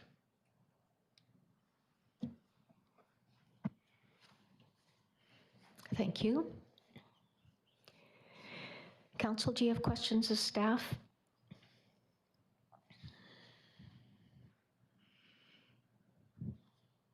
Councillor Patton. Thank you, Madam Mayor. In reading the responses from the Ministry of Agriculture, I find it very interesting that point number 4, agriculture interests are unaffected. However, there does not appear to be an agricultural reason for the request. And the other where it says the proposed addition would occupy current existing driveway and the expanded house would remain less than 500 square meters. So we've got quite a disconnect between the ALC and the Ministry of Agriculture in regards to the 500 square meters. It seems to me we've put these homeowners into quite the precarious position with two provincial bodies not being on the same page. Yeah, so to the chair, this is something we oftentimes see with these provincial bodies. We receive referral responses oftentimes based upon the individual that's responding, and they vary greatly, unfortunately, sometimes. So yeah, it is something that we commonly see. We get different opinions back from these bodies at times, so yeah. If I may, Madam Mayor? So if we're getting different opinions from two provincial bodies and we're putting distress on the owners, why are we not making our own decision in regards to this, but we're relying on the Agricultural Land Commission to dictate to us? I'm just having a bit of an issue with this. We see this all the time, but what we're seeing here is bureaucratic red tape that we have fallen into, and it seems like we're not doing anything about it. We're just going as a status quo. Thanks. Brad? Yeah, if I can answer that one. If there was a question there, I think that as part of our normal application process, we send a referral out to these provincial agencies. We also send them out to other agencies. They don't always apply, or they apply with saying their interests are unaffected. Ministry of Transportation being one, Interior Health being another. So often, though, we do get great comments back from both the Ministry of Agriculture and the Agricultural Land Commission. And Alex is right. Sometimes they vary between the two of them. However, they're only referral comments. So there's nothing in here that is required of council to follow. If there is a application to the ALC, that would be a subject to a separate application process, but a development variance permit is strictly at the discretion of council. So it's just feedback and information to support council's deliberation. That's it.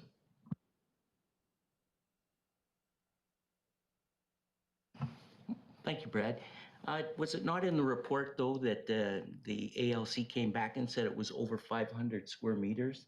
So the owners then took out or reduced a pool house and did some further drawing modifications to fall below 500 square meters based on ALC, but yet based on Ministry of Agriculture, they were under 500. So I guess not a question, more of a comment that it seems to me we've made people go through a complete design change over one ministry over the other. So I guess one ministry that's more restrictive than what the other ministry had said. So thank you, just venting, thank you. All right. So are there questions, staff?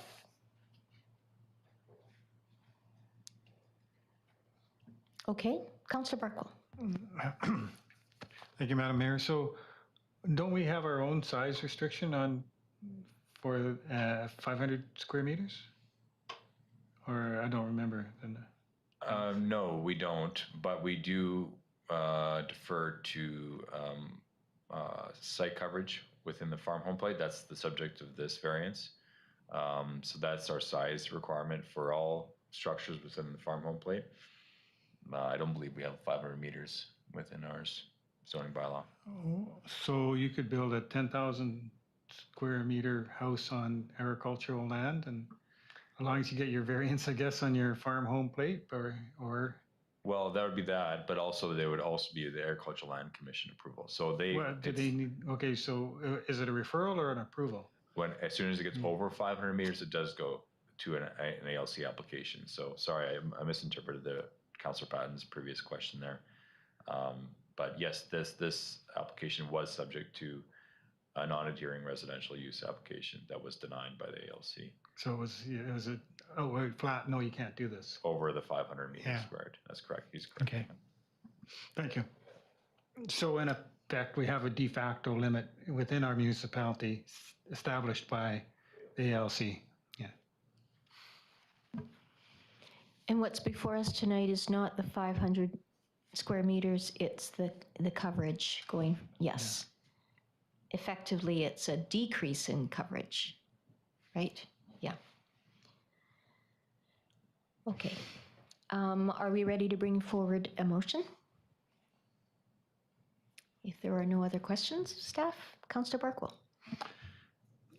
I move that council authorize issuance of a development variance permit DVP 21-008 for property located at 6315 Victoria Road, legally described as Lot 2, District Lot 2196, Sucius Division, Yale District Plan KAP 43882, and that a variance to the following sections of zoning bylaw 2000-450 be granted.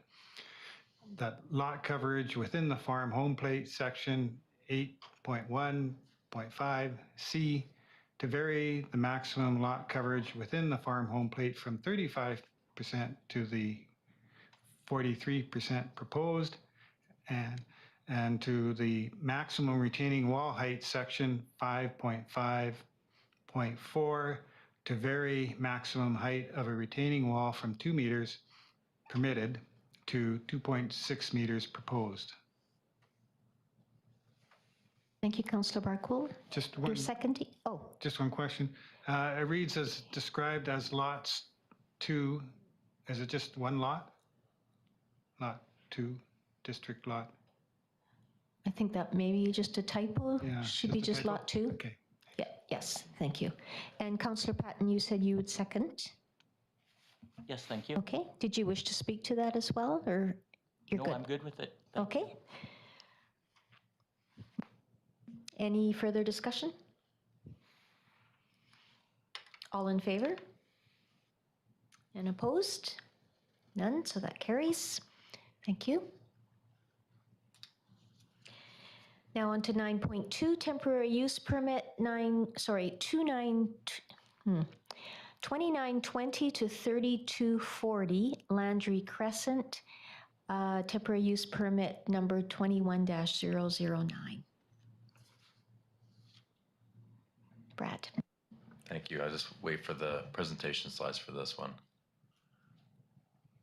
Thanks, Greg.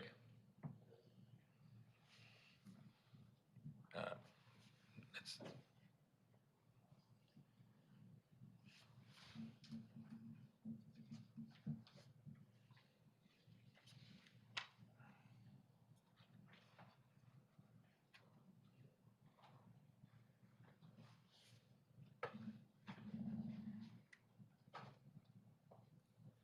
sorry, that's the, okay, thank you. Great, thank you. So the district's in receipt of a temporary use permit application for the placement of a temporary sales center at 3240 Landry Crescent. This property, you can see on the map before you currently, is at the north tip of Trout Creek, along Okanagan Lakeshore, and along the Landry Crescent roadway, and just adjacent to the campground to the west. Next slide, please.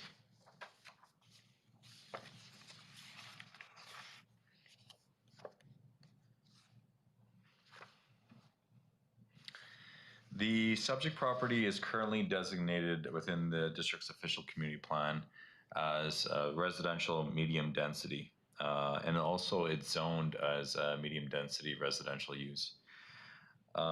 Within this zone, there is a listed use defined as cluster housing development, which is the intent of the proponent is to follow this intended use and develop a 45 unit residential strata subdivision on the subject property.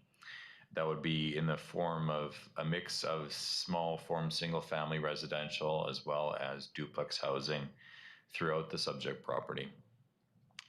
To allow for this development and still to be approved by the district is a multifamily development permit and also a strata subdivision approval that will be subsequently reviewed and approved to allow for the development. Next slide. So the subject property is also subject to a watercourse development permit, which was issued by the District of Summerland in August of 2020 last year. Previously, this subject property was subject to a proposed 12-lot residential fee simple subdivision proposal.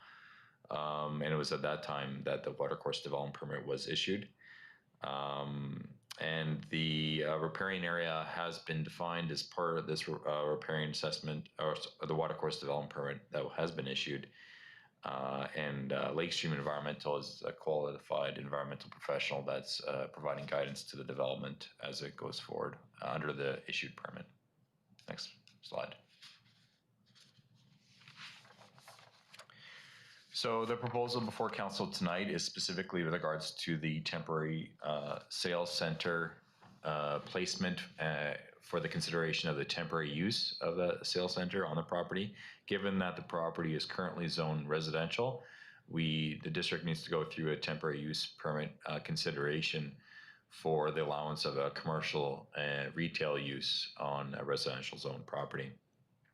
The site plan before you currently proposes the sales center to be located facing Langy Crescent on temporary skids and cribbing, that there be no permanent infrastructure installed other than power and a temporary water connection.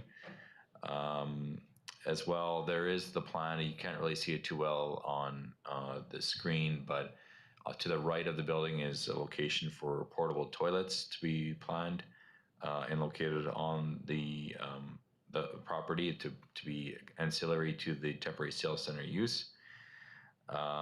As well, 7 parking stalls are delineated in the front of the sales center building that's being proposed. Next slide, please.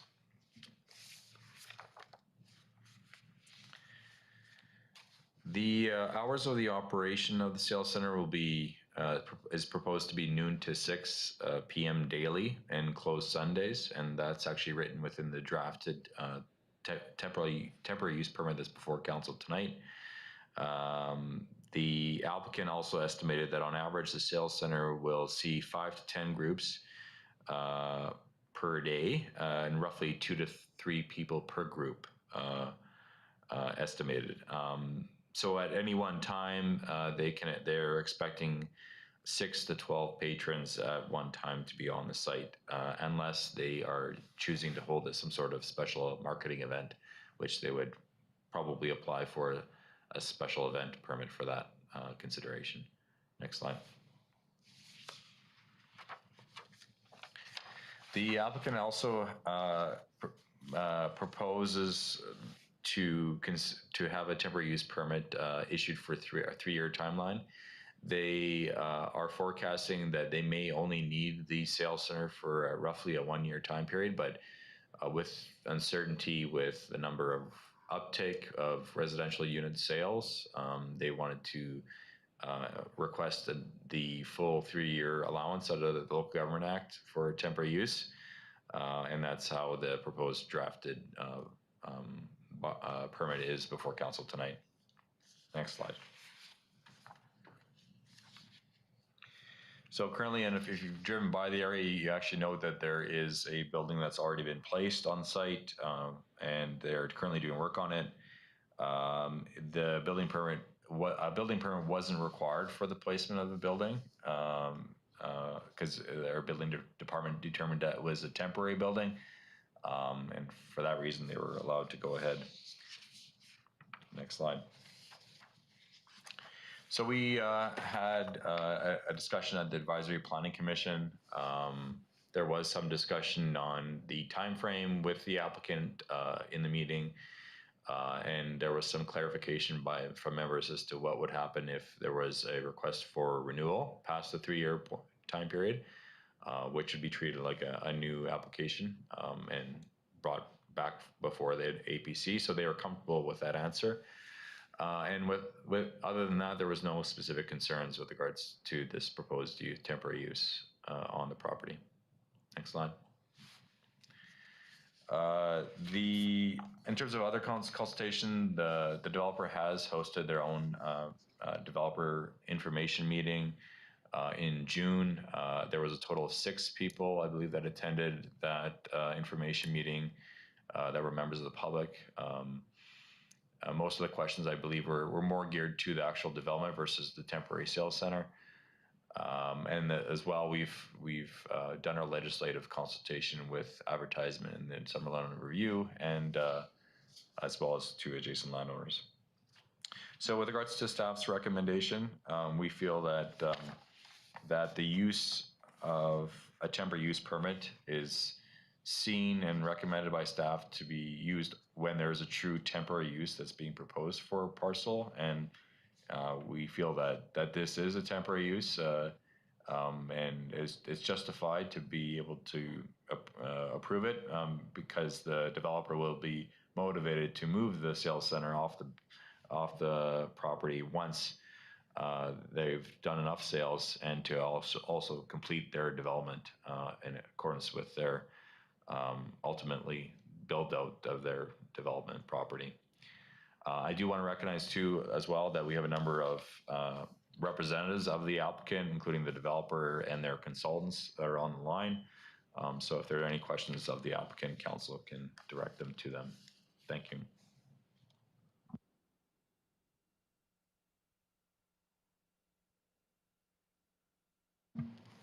Thank you, Brad. Questions? Councillor Carlson? I think I would be remiss not to ask, since it's come up again, and we're in the location along a public access walkway. Currently, my understanding is the property is zoned for 12 single-family lots, but that would be changing. My question comes back around to what is the proposal for waterfront, lakefront access, including how many docks and/or berths for boats are being considered for this piece of property along the lake, and how are we going to ensure that public access remains along that foreshore? Just to clarify, is that a question to staff or to the applicant? Whoever has the answer, I would appreciate. Doesn't matter if it's staff or the applicant. Well, I guess I'll start. They're currently before council's temporary use permit as part of the multifamily development permit.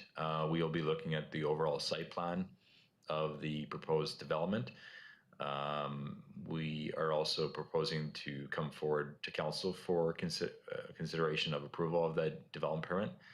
And at that point, there would be the opportunity for public comment on the proposed access to the water, as well as the overall site plan of the site, how it relates to the residential units, the landscaping, the retention of the riparian area, and all of the above. But tonight is specifically with regards to the sales center. Thank you. I will continue to bring up this issue because I do believe that putting another dozen docks along that lakefront will be detrimental not only to the foreshore and to the natural habitat down there, but also to the overall impact on that site of the general public who currently utilize it. There's not a lot of undisturbed foreshore left along Okanagan Lake, and so I do think that it's important that we're aware of it and that we're talking about it right from this very beginning piece. Not saying they shouldn't be allowed to put in a dock, but I do think we need to make sure that it's thought through properly.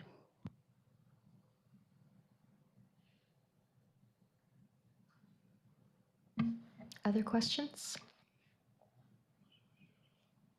I have a question for you, Brad. In the presentation slides, it shows the, I guess, temporary facility there. And I'm wondering what the process is. I think you said that no permit was required because it was a temporary structure. Is that right?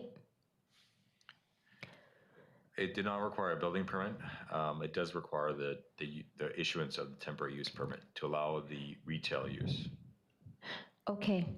I find it a little odd that a building of that size could be plunked down there. Clearly, there's been, soil disturbance and soil maybe brought in and all of that. I guess my question, though, is seeing that that has already been done, and I realize that it's just a very small portion of the property. Regarding our conversation up in the hills the other day, I'm wondering if there has been any discussions with the archaeological sensitivities of that area next to the water with the Penticton Indian Band. I can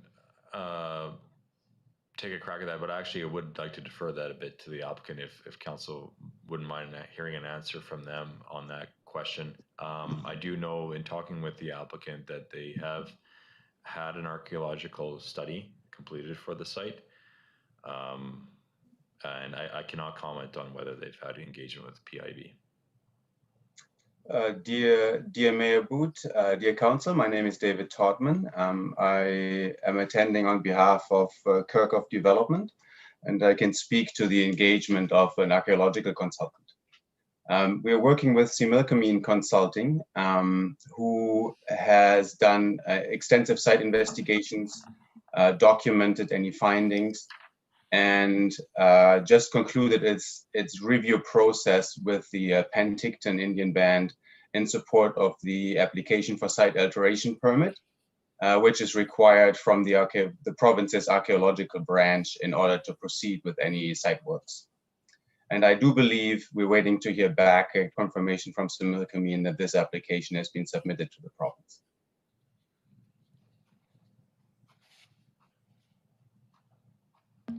In a separate process, we've also reached out to the Penticton Indian Band for general support of the project. There are several permits that we require from the District of Summerland, from the province, due to the findings on site, due to the intention of the plans for a dock. And we feel that the Penticton Indian Band should be part of this process, and we're hoping to gain their support shortly. Okay, well, my question, I'll put directly to you then. My question is, there is a building there now, temporary or not. Clearly, the area has been cleared and disturbed.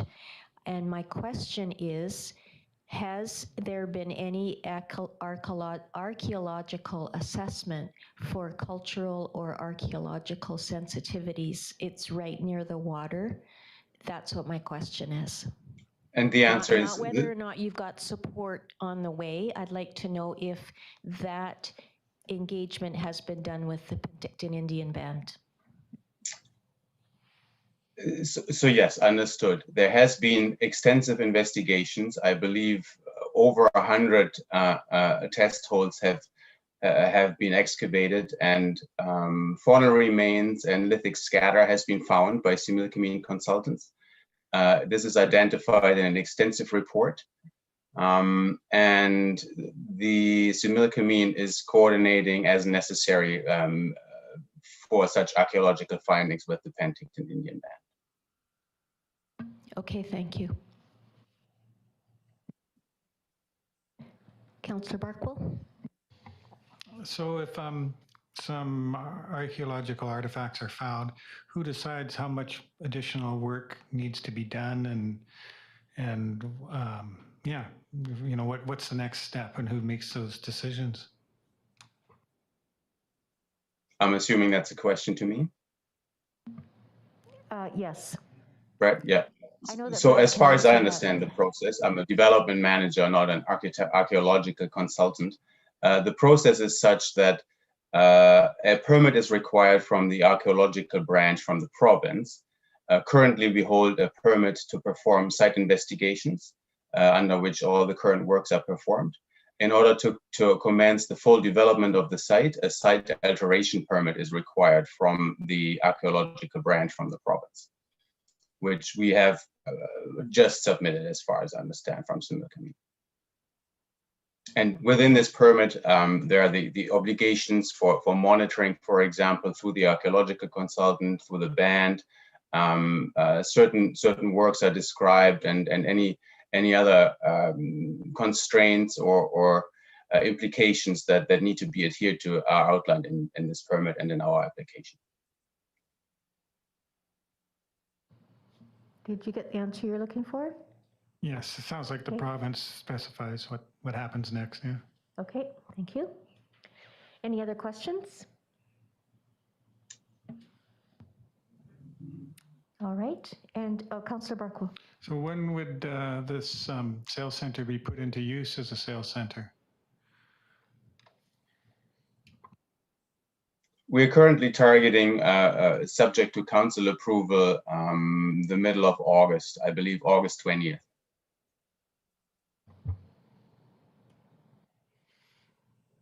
Is it putting the cart before the horse if you've got a sales center without subdivision, strata approvals and the other permits that are required?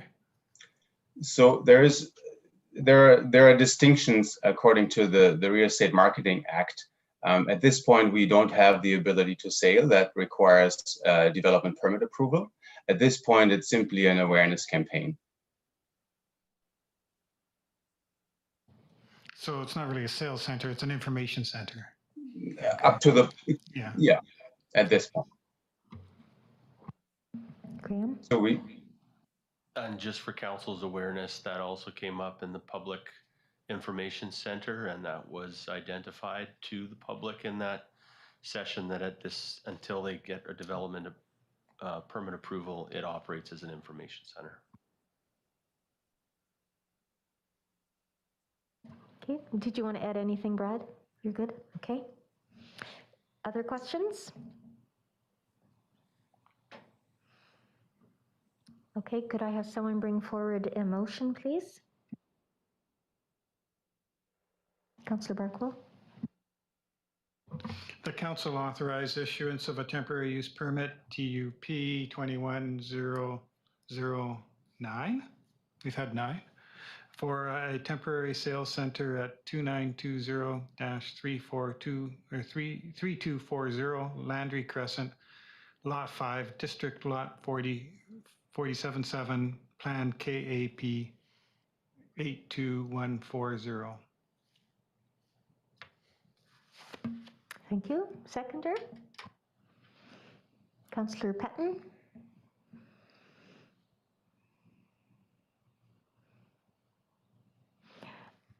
Has Landry Crescent, I mean, I'm just noticing the address, 2920, 3240.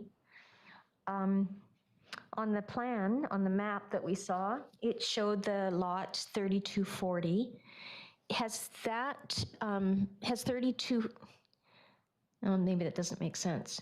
I'm wondering where the 2920 comes in. Is it already been subdivided and has to be rezoned? I can clarify that one. So I believe that we might have jumped the gun a bit on with regards to the addressing of the proposed site when it was proposed as a 12-lot subdivision. The 2920 to 3240 was a list of addresses provided for the 12-lot subdivision. And so its range is basically what it is listed right now currently on titles. So, or within our addressing system. We are with the Strata subdivision application, we would be proposing to amend all the addresses, of course, for the new proposal, so that civic addressing will most likely change. Okay, that makes sense. Thank you. Okay, is there any further discussion now that we have the motion on the floor? I'll call the question. All in favor? And any opposed? That carries unanimously. Thank you.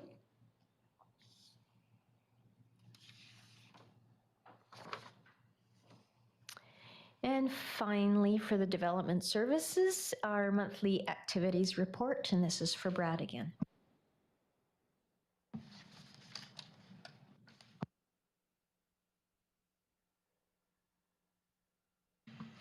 Okay, thank you. Next slide, please. So, with regards to our monthly update on development services activities, I wanted to point out a few things with regards to our various different department areas. I do want to mention as well that this is for both the months of May and June. I apologize, I wasn't able to get a report out to council in June.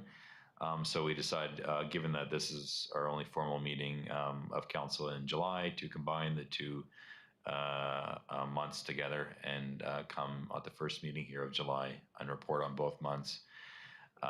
So with regards to planning applications for May and June, you can see that we're still quite high with regards to number of subdivisions. We're halfway through the year and we're already at 10 subdivisions. Comparing that to last year at 11 for the whole year. And as well, a lot of the subdivisions that are coming forward and that we're actually reviewing and approving as well at the same time are bringing a number of lots onto the market. We just had a recent application for Blakeborn Avenue, which is proposing 17 single-family residential lots. We've just recently also provided final approval subject to a servicing agreement for the Nixon Road development in Trout Creek, which brings in 21 residential lots. We've previously approved Treffy Place as well in Trout Creek, which brings 13 residential lots. So that's all to say that we should expect a lot of building permits being brought forward in the near future with regards to those new subdivisions coming online. And that will hopefully help address some of our housing supply concerns within the community and given the market conditions right now. Next slide, please. With regards to building permits, we've got 113 total building permits to date up until the end of June. This amount represents the second highest amount we've had over the last 5 years. I think 2019, you can see it 120, was the only higher up until this date. Our building officials are still working fairly hard and trying to process our building permits in a timely fashion. And I'm happy to state that we're continually meeting our targeted timeline of 3 weeks for the issuance of building permits to issuance. One of the comment I have here for council is that we're now currently seeing some trends maybe going the other way with regards to lumber prices and coming back down the earth. So that may spur additional building activity if those prices continue to fall. I guess my moral, my story is that this more activity can be expected moving forward. Next slide. With regards to bylaw enforcement, to date, up until the end of June, our bylaw enforcement team have processed 528 bylaw files to date. You can see here, just in terms of monthly, I believe for May here, we had a grand total of 50 in that month. Next slide, please. In June, we had 46, and then one more slide. And then so year to date, like I said, we're at 528 total files, and you can see the breakdown of where those areas that have been the subject of those files, a lot dealing with traffic. We've seen just recently in May and June, an uptick in the number of files for property maintenance, as well as parks and public land usage complaint files, while still traffic is persisting moving forward, especially with parking issues now, perhaps around our beaches and park areas being of concern. Yeah, and just for council's benefit, moving forward from this date, we'll be presenting stats on our new good neighbor bylaw so that council can consider the impact of that recent bylaw amendment or new bylaw and number of enforcement files that we're opening up with regards to that bylaw.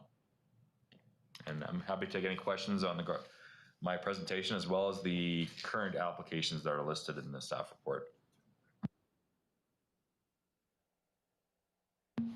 Any questions on that presentation of stats for May and June? Notice there's no COVID bylaw numbers reported in June. Can we say yay? What was that? Can we say yay that there's no COVID? Can we say yay? Yes.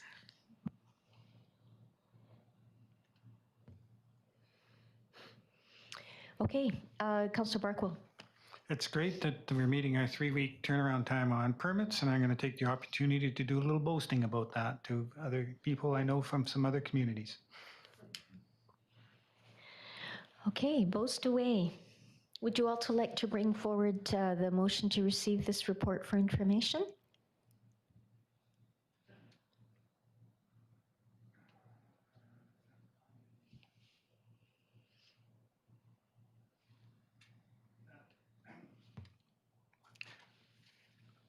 that the May and June 2021 Development Services Monthly Report be received for information. Great, thank you, Councillor Burkwell. Seconded. Councillor Holmes, thank you. All in favor? Thank you. Now we are on to item 11, business arising from Committee of the Whole and closed sessions, and 11.1, a resolution that was brought forward from our last closed session on June the 28th, that Council received the Summerland Arts and Cultural Centre lease and management agreement report from the Director of Community Services dated June the 28th, 2021 as information, and that Council authorized the Mayor and Corporate Officer to execute the lease agreement as attached to the report. Any comments on this resolution? Councillor Holmes. Yes, thank you. I would just, for the record, I would just like to state why I was opposed to this motion. I don't think the joint management of the building is the right model for us. I think it has the potential of leading to some confusion and even friction between the two managing parties, and there's a risk of the building being left underutilized as a result. I think the better model would be the Lear House in Penticton, which is owned by the City of Penticton, but managed by the Penticton Arts Council. And that model has served Summerland well in the past. If you look at the museum, our youth center, the sailing association, the yacht club, the golf club, all these facilities which are owned by the municipality, there's no reason why the municipality couldn't be joint managing those or even entirely managing them. But I think there's been an understanding developed over the years that nonprofits can do a better job and at a less cost. The only joint management facility that was referenced when making our decision was the Center Stage Theater, and that's not entirely the same thing because it's two public center entities, ourselves and the school board, managing that, and in fact outside. And yeah, I think you have to question even if that's a successful model for the community. I think it's been great for the school board. They get new soundboards, new stage curtains and whatnot, and don't have to pay for it. Whereas outside school use is probably the most underutilized facility, public facility in Summerland. When I look at the reasons why the district wants to be involved in the management of the Arts and Cultural Center, I don't think it has much to do with arts and culture. I think it's more so the rec department can program recreation out of the building. And I don't believe that's a good enough reason. In fact, it's the wrong reason. And I believe an Arts and Cultural Center should be for arts and culture. So that's why I was opposed. Thank you. Thank you. Any notices of motion tonight? Okay. And on to information items. Correspondence, there are three pieces of correspondence. Anyone like to bring anything forward? Councillor Traynor.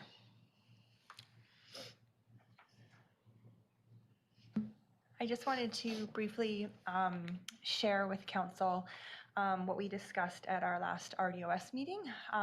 We had a presentation from the Kwantlen Polytech University team that worked on this brochure called Bringing Our Food System Home, a report on the Okanagan Bioregion Food System Project. And it was a really interesting presentation. And basically, the Okanagan bioregion includes the North Okanagan, the Central Okanagan, and the Okanagan-Similkameen region.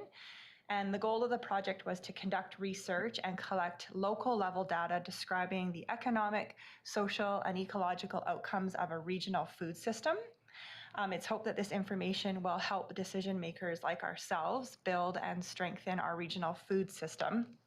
And A regional food, I'll just quickly describe what a regional food system is. It's where the resources, people, and activities that provide communities with food. It includes the flows of materials, knowledge, money, and labor involving farming, fishing, hunting, and the distribution, processing, retail, preparation, and waste management, all around food. Right now, most of our food is, a lot of it is imported. And in Canada, this is interesting to know, 5 companies control 80% of the grocery retail market.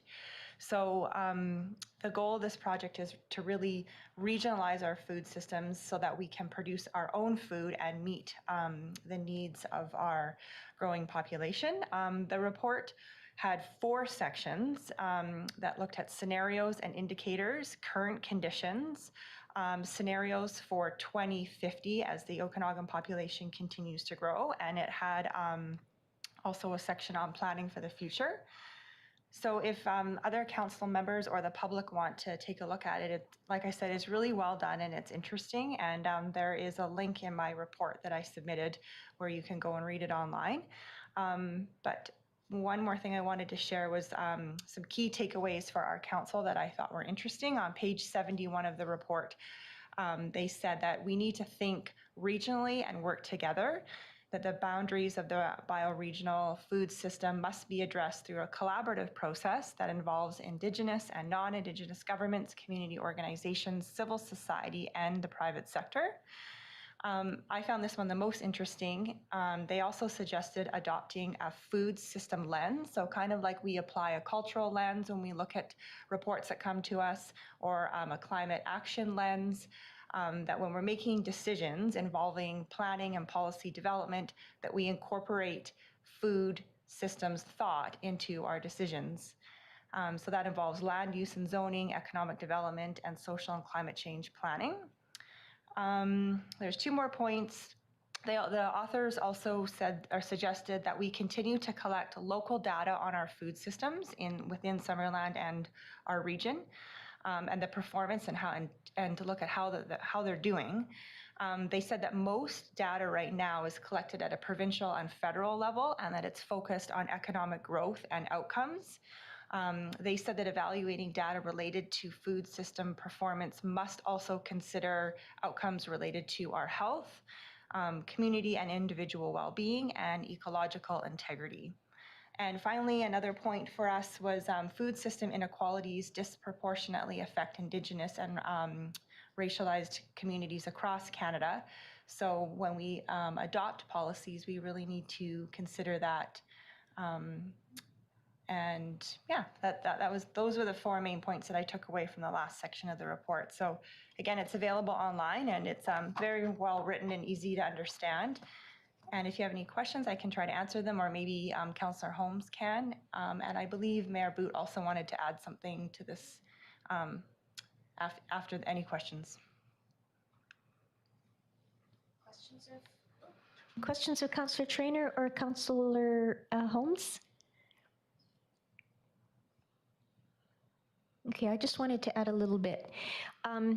Along with the report itself that Councillor Traynor has just shown us, one of the things that the Regional District Okanagan-Similkameen, who put $50,000 into this project, that we wanted to see was policy, I guess really policy gaps and things that we can do at the local government level. As everyone knows, there's a lot of federal government policies and provincial government policies when it comes to food. It has to be safe, and there's all kinds of different groups that are involved, different agencies that are involved, but there is something that we can do at the local government policy level. And as it happens, our Director of Development Services, when he was working for the Regional District Okanagan-Similkameen, was part of the advisory committee for this project, as was I. And the most valuable piece for me as someone that's in local government, and I think around the table, arguably, the most amazing piece is the policy assessments and policy briefs that are not part of the report, but standalone items that refer to various areas in the report. And on their website, where you can read this report, there are 6 different one food policy assessment in this area, and then 5 policy briefs, including supporting local post-production sector development, which is what we heard from Mr. Delavet earlier today, which is what the whole South Okanagan Agricultural Food Project is. And attached to that are policy and planning initiatives, recognizing that it's really important, should be part of your official community plan, even if it's part of your agricultural plan within your OCP, zoning to support that kind of post-production. It mentions the work that Summerland has been doing in terms of working towards getting the South Okanagan Agricultural Food Hub here, and doing the feasibility studies and the post-production infrastructure that's really important. So these policy briefs are really good for local government because it points out what we as local government elected officials can do to help push our way forward into something that is more regional for our food system. So that's what I wanted to add. So thank you for that, Councillor Traynor. Yeah, it's like I said, it's a really good report, and it's very easy to read and understand. So I highly recommend, if you've got some time, going online. And a lot of work went into it, and a lot of money. And I think that there's a lot of valuable takeaways from it. Okay. Any other pieces of correspondence folks would like to bring forward? Okay. No, we'll go on to the committee and commission minutes. Park and Recreation Advisory Committee of March the 2nd. Anything that anyone wants to bring forward out of that? Okay, could I have someone bring forward a motion to receive correspondence and committee and commission minutes for information, please? Councillor Holmes, seconded by Councillor Patton. All in favor? Great, thank you. Okay, on to councillor reports. Let's start with Councillor Carlson tonight. I have nothing to report tonight. Thank you. Thank you. Councillor Barkwell? Nothing other than the same events that you've referred to already, but I did want to note the presentation we had from the lady this morning on the creation story. I thought it was really interesting. And when she was speaking about the using everything and returning to the earth, I was thinking about the organics project that we have going, and perhaps when we have a grand opening, we should invite representatives from the PIB. I think that would be a fantastic idea. I meant to actually add that to the mayor's report, so thank you for bringing that up, Councillor Barkwell. Very much enjoyed that presentation this morning. Councillor Holmes. Okay, Councillor Patton. No report this week, Madam Mayor. All right, and Councillor Traynor, anything more to add? Just one quick thing. The Summerland Ornamental Gardens are now open until 8 o'clock. Up until, I believe, July 5th, they were only open till 6. So you can go up there now when it's a little bit cooler at night and enjoy it. And it looks really, really nice up there. The volunteers are doing an awesome job at gardening, and they've got like a vegetable garden, and it looks really nice up there. And we're so lucky to have that asset. So I encourage everyone to go and check it out. Good.